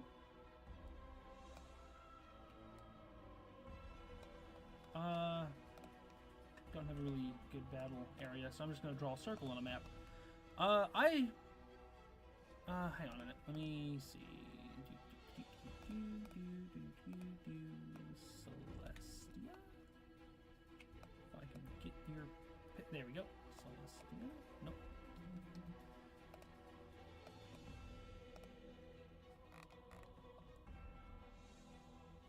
And I keep... It's not a good representation of him, but it'll have to do for now, so I'm just going to use that as a token. Put y'all, and y'all kind of stand about 15 or so feet across from each other in the middle of this field as a large group kind of moves in to watch. I shall give you the respect of the elders and more experience than me, and let you choose. Shall I fight with the spear or the sword? Thinks for a moment. Is that well, I wouldn't want you at too much of a disadvantage, so draw your sword, Celeste. We will see who is the better. She turns the spear over, stabs it a bit into the ground, takes the sword out, and says, Proce solis Hasana, as it alights on fire. Intriguing.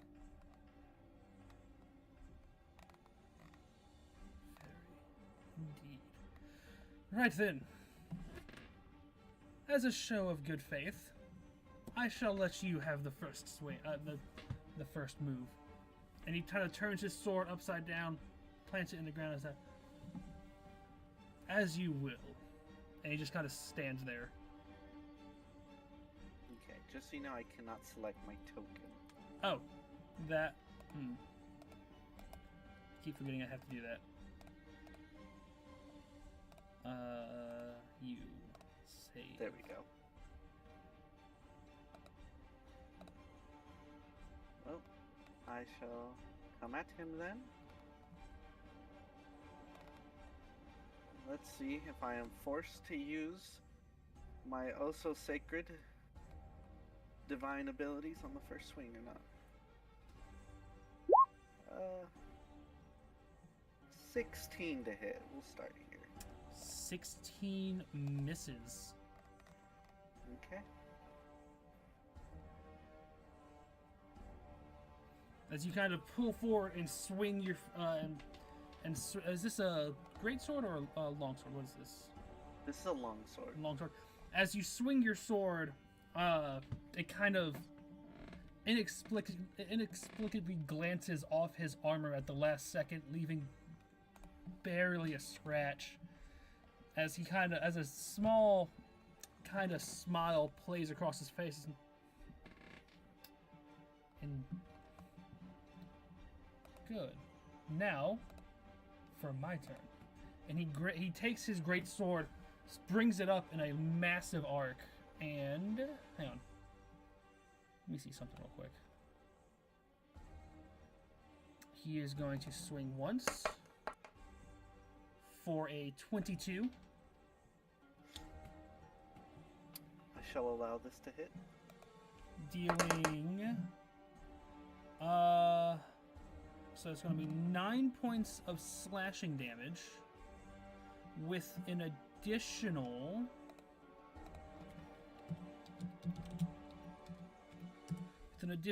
3 points of necrotic damage.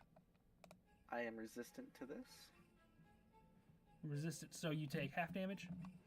Yep. Okay, so we'll go ahead and round down. So 1 point of necrotic damage for a total of 10 points. And his second attack will be an 18, which misses.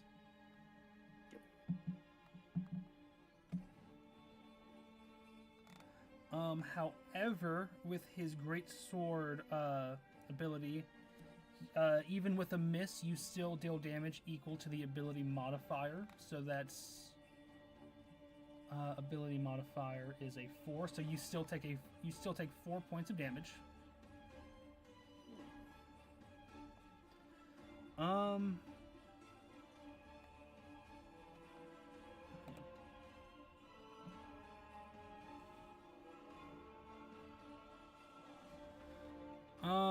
me see.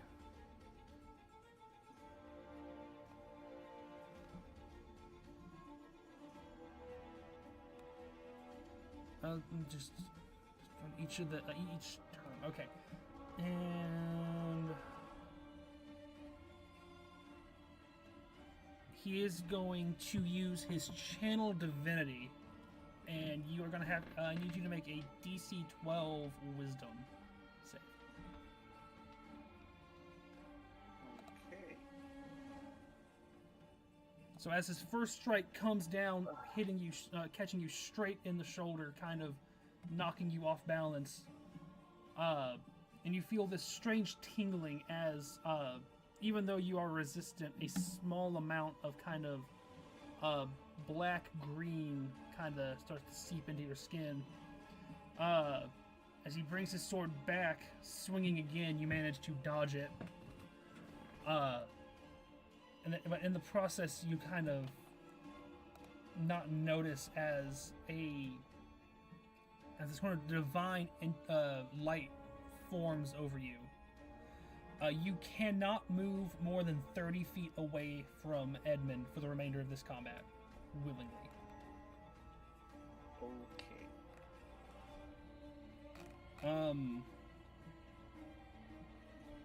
Let's see, is there anything else he can do? No, that will be his turn. And at the start of your turn, you take an additional 2 points of necrotic damage. Okay.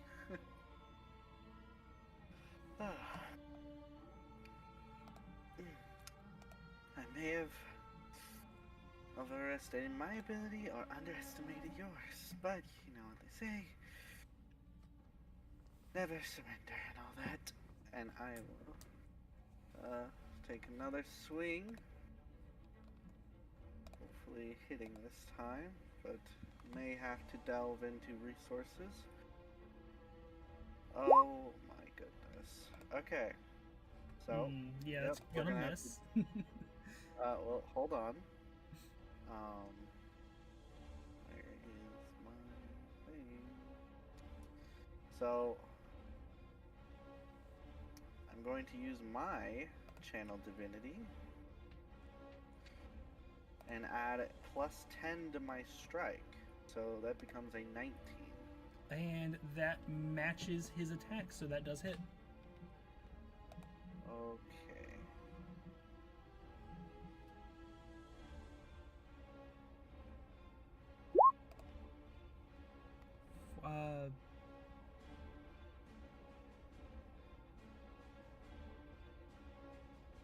So that's going. I'm assuming. You doing one-handed or two-handed? This is one-handed because I'm using my shield. Okay. Okay. So he will take 18 points of damage. Somewhat surprised. He does. He does kind of look a little surprised at the. What you call it? The strength you can hit him with. He is going to kind of say, kind of look at you a little, look at you and is like, a bit stronger than I thought. Fine. I will not hold back. And he. Hang on a minute. I forgot to.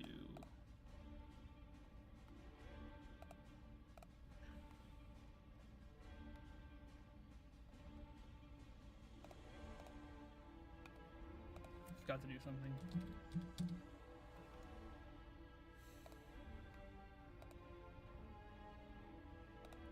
There we go. So he is going to raise his sword again for another strike. This time, as he does, as he brings the sword sort of around over his head, you see it kind of catch the light, and immediately as it catches the light, it begins to shine with radiant energy as he casts Divine Smite.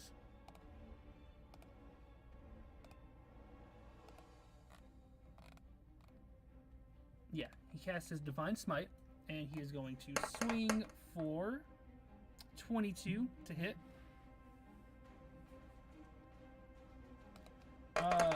Dealing 9 points of slashing. That will put me down.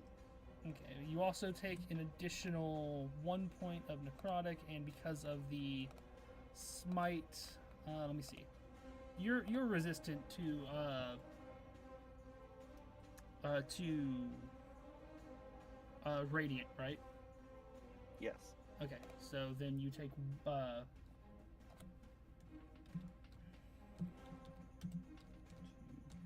8 rounded to half, so 6, an additional 6 points of that.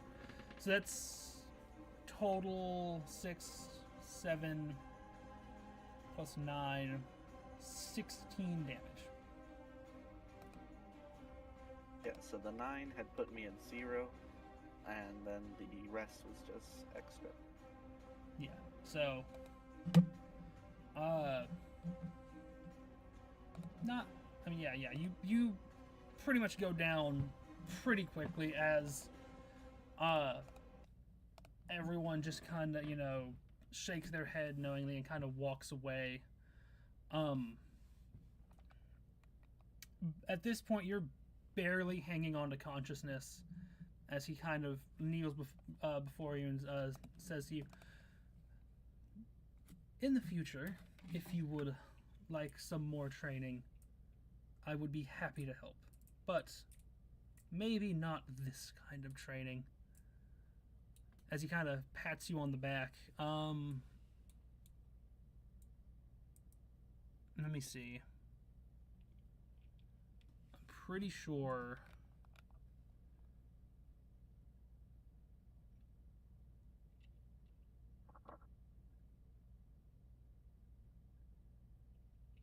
Oh, well.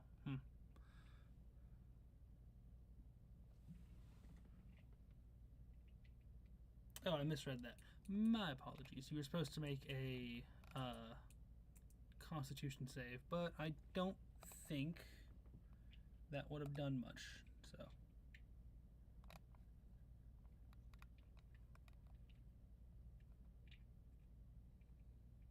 No, I mean, this guy's at least level 5, so it's not going to do much.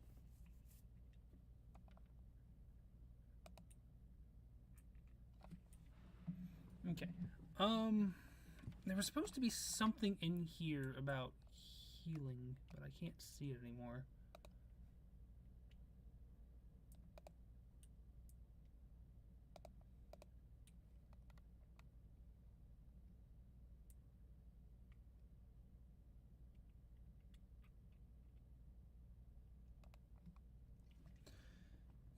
Yeah, let me check something real quick. That's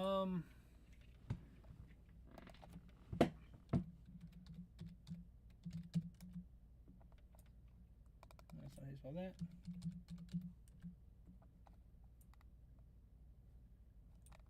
What? Oh, I'm looking at the wrong thing. Okay. So while I'm looking this up, is there anything else that anyone would like to do at the moment?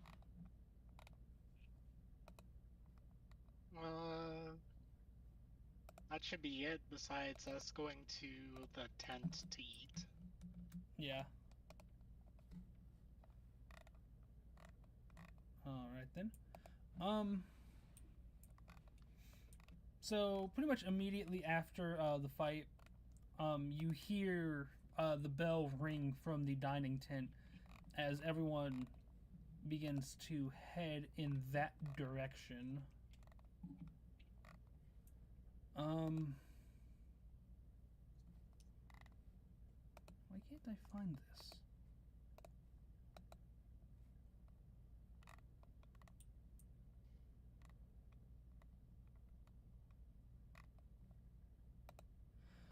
If I'm still conscious, can I use my lay on hands on myself to restore some HP?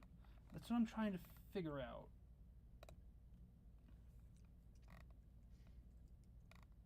Because I still have my 15 points left of it. Here we go.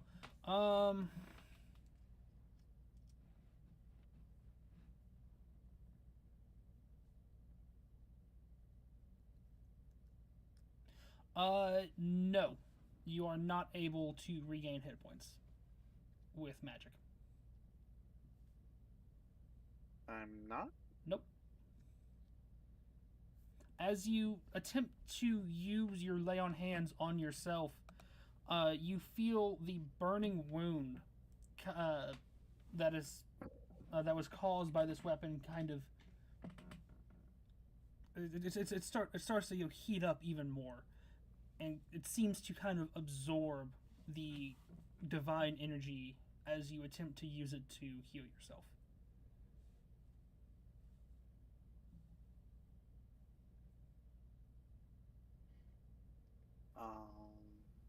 Okay.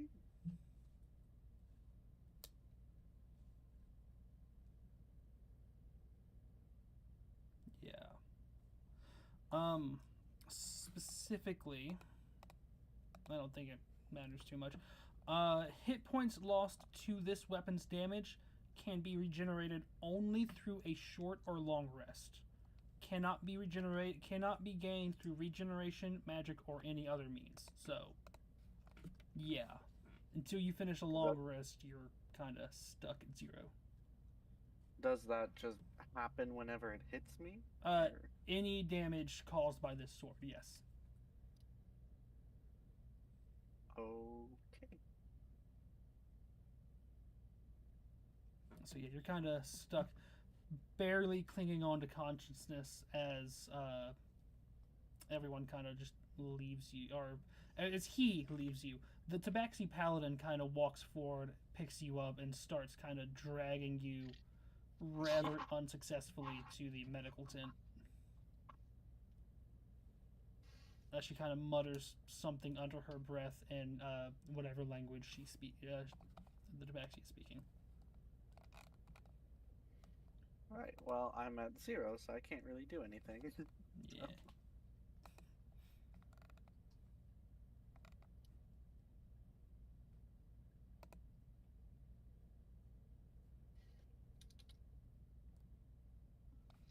So do I see Celestia getting carried away at this point? Yeah, you kind of see her being slowly see them slowly dragging Celestia off in the direction of the medical tent. Oh, Celestia. I'm gonna help bring her to the medical bay. Which is down here, by the way. But yeah, you go and sort of grab the other arm as the Tabaxi kind of reshifts, and y'all carry her off to the medical tent to heal up. As you get there, as the Tabaxi and you lay her over a bed, Celeste, we'll say by this, you're kind of like in and out of it. Like, you got hit pretty hard on that second strike, so you kind of, everything's kind of fuzzy, but you can make out her kind of mutter to you, Jack, as I've never trusted that paladin. He's not as holy as he should be. And then she kind of walks off out of the medical bay.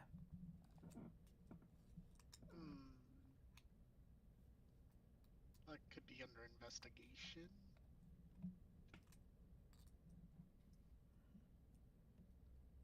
Since I'm like in and out. I'm gonna ask Celestia some questions after she is okay. Yeah. Yeah, since it was described that I'm kind of like going in and out of like consciousness and stuff, you'll probably just hear her saying words you've probably heard her say before, but she's never really explained their meaning. Like Protego, Sanctus, Cosa, things like that. Alright. I just hear her spreading gibberish. And I'm gonna grab 2 portions of food for when she wakes up. Alright. So you go off to the medical tent. It's not a very good meal. You know, it's military food. You got your, hard unseasoned biscuits, some, kind of, boiled meats and potatoes and stuff like that. Typical military stuff. Disgusting.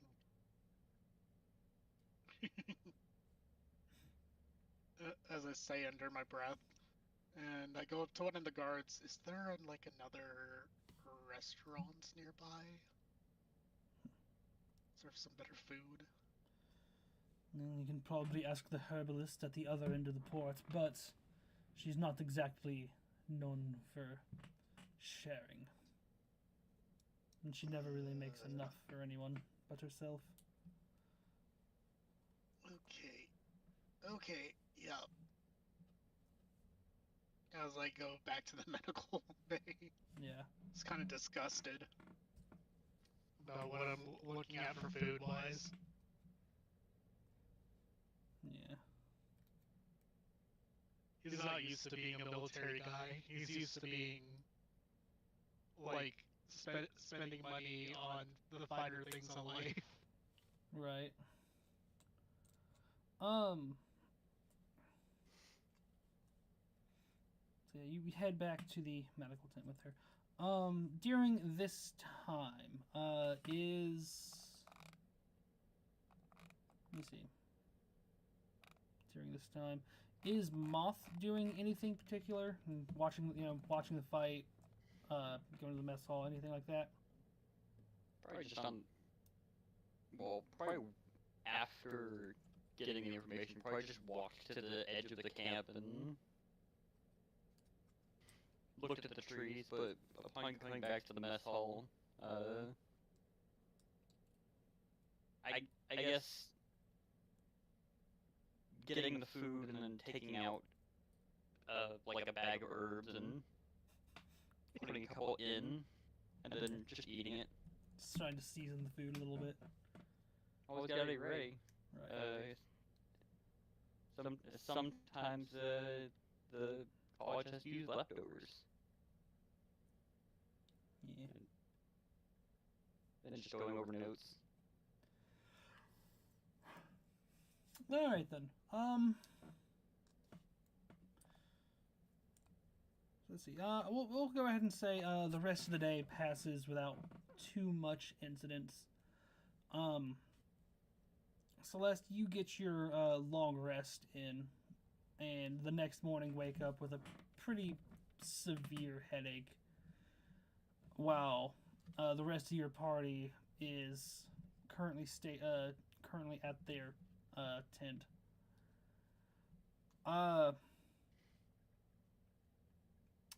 The two of you who are still here, because everyone else had to go.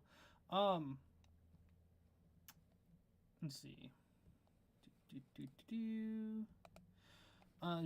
Jack and Moth. The two of you notice as y'all wake up that the Tabaxi group has already set off on whatever journey it was they chose to embark on, while the other group with Edmund and all that seem to just now be packing all their bags, getting ready to leave.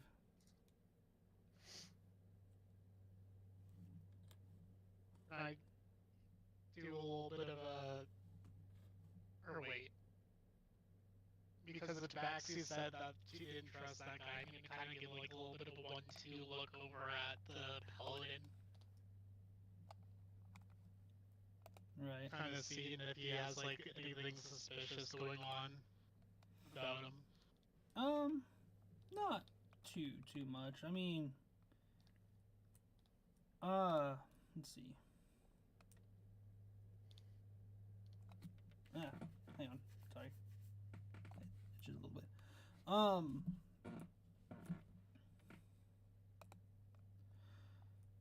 I mean, you notice that he's just he's just kind of packing his bags. However, you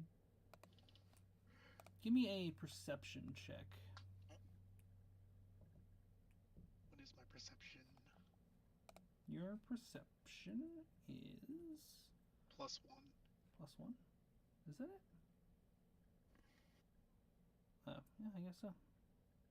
Plus one. So go ahead and give me a perception check real quick. 16. You do curiously notice that Thompson, the satyr rogue that was with the party the other day, is no longer with them. Or currently not with them. The other 5 members are still there, but the satyr is gone.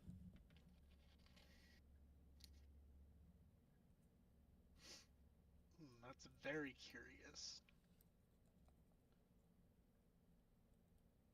As I go to the medical bay. Right.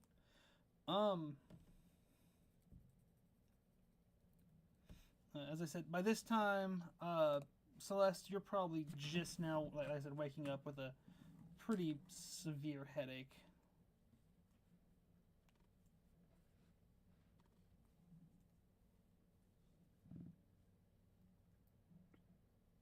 I hold my head with my right hand. Right. Did you eat anything, Celeste? No, I went straight into battle. Did you find something strange about that battle, by any chance?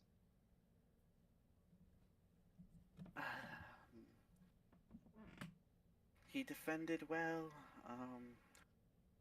I had to use other powers to even land a strike, but the sword, when it contacted me, I tried to heal the wounds after I was defeated, but it just seemed to eat my magics. I don't know if I was just seeing things weird or if I was just too weak to even pull off a simple healing. I wouldn't say that you were too weak to pull it off, because if it just ate your magic, it ate your magic.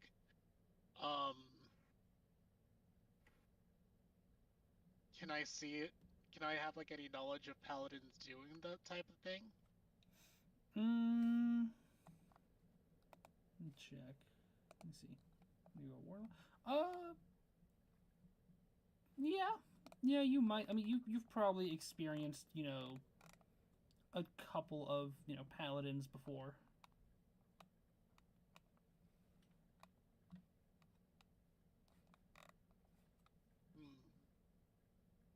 Well, I noticed a couple paladins being able to do that. No, not that. I was saying, you can roll a Arcana check if you would, or, Sure. but I'm trying to, You can roll if you know.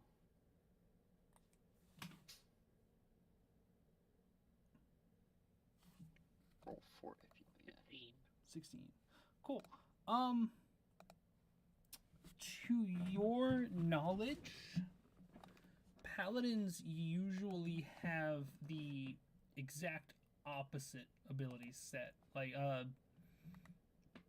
paladins typically heal. They don't have a lot of abilities that you know of that prevents any kind of healing.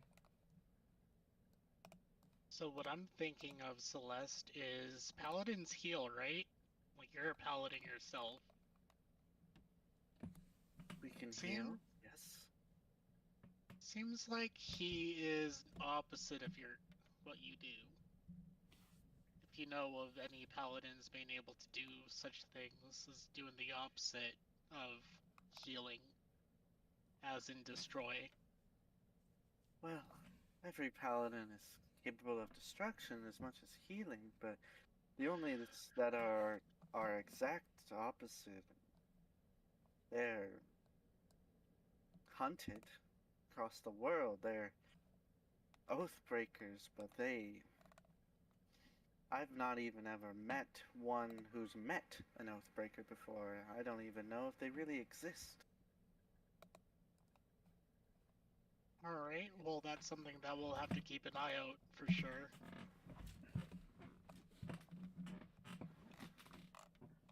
Thinking that Yeah, there is a slight chance that he might be one.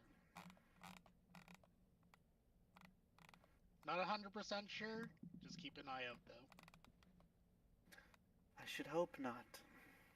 My order is duty-bound to slay such fiends. So hopefully his abilities that he portrayed simply come from the blade and not the man. Yeah, you should get rid of those fiends.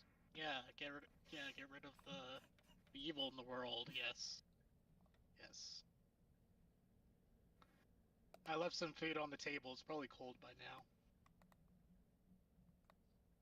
now. Which table? I left it on the side table. And I will turn towards the side table and try to eat what I can. When it was first cooked, it wasn't really that good. Now that it's been sitting for a couple hours, it's even worse. As it's kind of congealed a little bit, but it's still food, and you haven't eaten in almost 24 hours now, so you still eat it with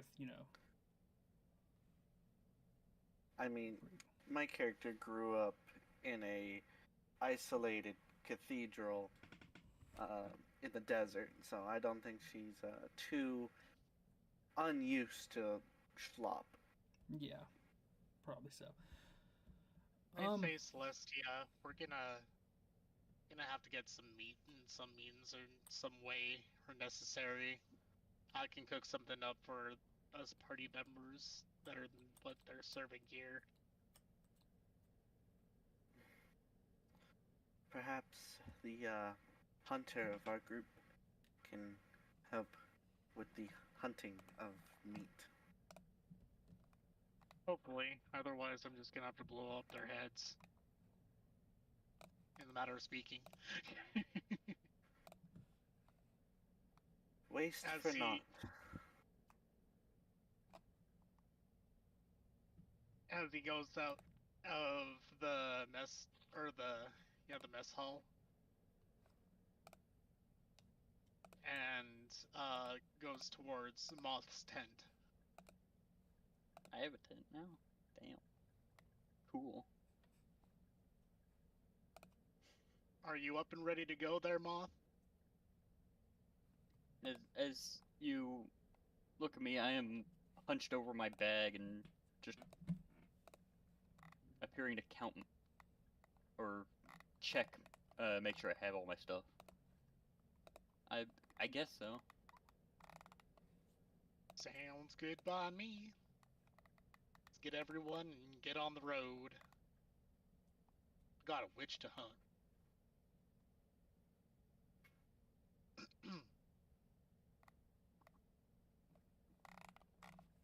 Right. Let me say the rest of the party, slowly, or not slowly, but quickly gets their stuff together as y'all begin to head out. Let's see. Yeah, you can get your spear.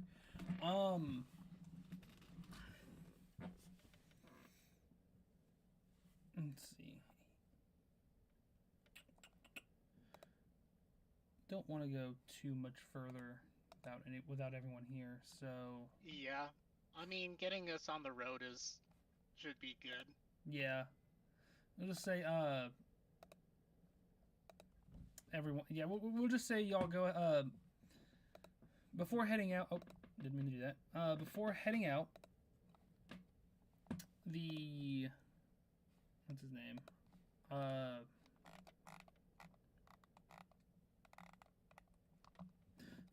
Barracks Commander Conrad stops you at the main gate and gives you a cart, a tiny little cart, just big enough to everyone to put their stuff in, and maybe 1 or 2 people sit in the cart with it, and a horse with,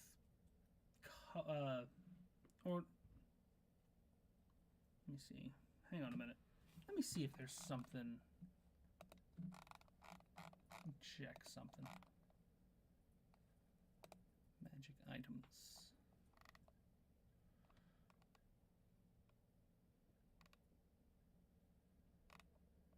There probably is some kind of thing or another. It's a vehicles check to see if the horse responds. It's like totally different from manual handling.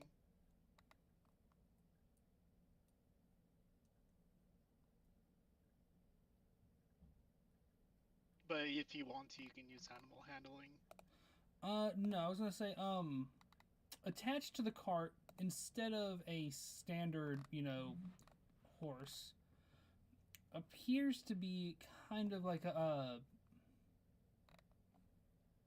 it is still a horse-like entity, but it's, jet black fur that appears to kind of go in. Like, if you were to reach it, your hand would just keep going and going deeper and deeper into it. And kind of looking into it, you can kind of see little, like, blips of light every so often. The barracks commander explains, this here is an astral steed. It is bound to this little item here, and he hands you a small carving of a horse.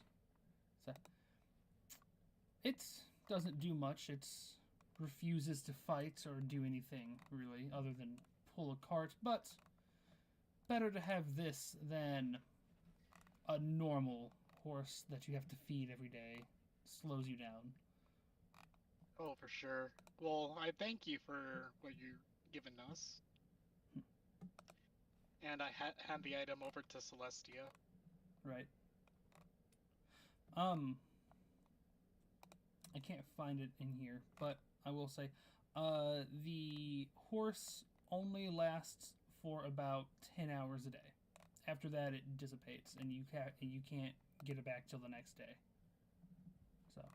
Okay, so we're gonna have to find lodging for on the way back, like on the way there and on the way back, basically.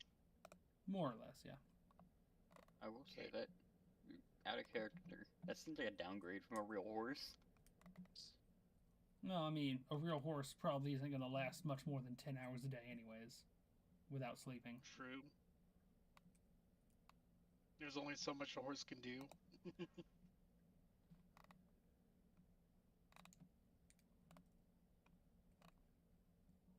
But at least it'll be like a little bit faster of pace. And then you can lug a little bit of things on the cart. Yeah. Like the items that the general wanted us to get.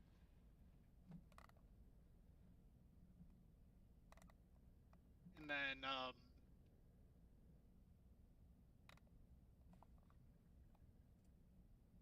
yeah, as Jackal is not used to walking on foot, he just hops on his broomstick. Alright. And then just kind of like hovers over the cart just to see, like he's basically scouting ahead. We'll put my hood up. Alright. So, everybody kind of piles in, throws their stuff into the back, or at least the things that they are willing to put into the back. I do not put anything in the back. Right.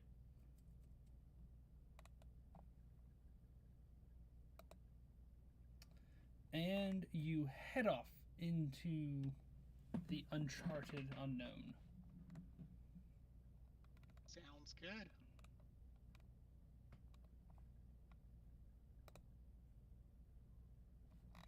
And I guess well, that was an alright first session. Yeah.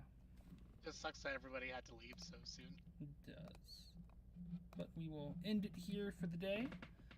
And next game will be the 20th, same time, 5 o'clock. Well, 5 o'clock for me.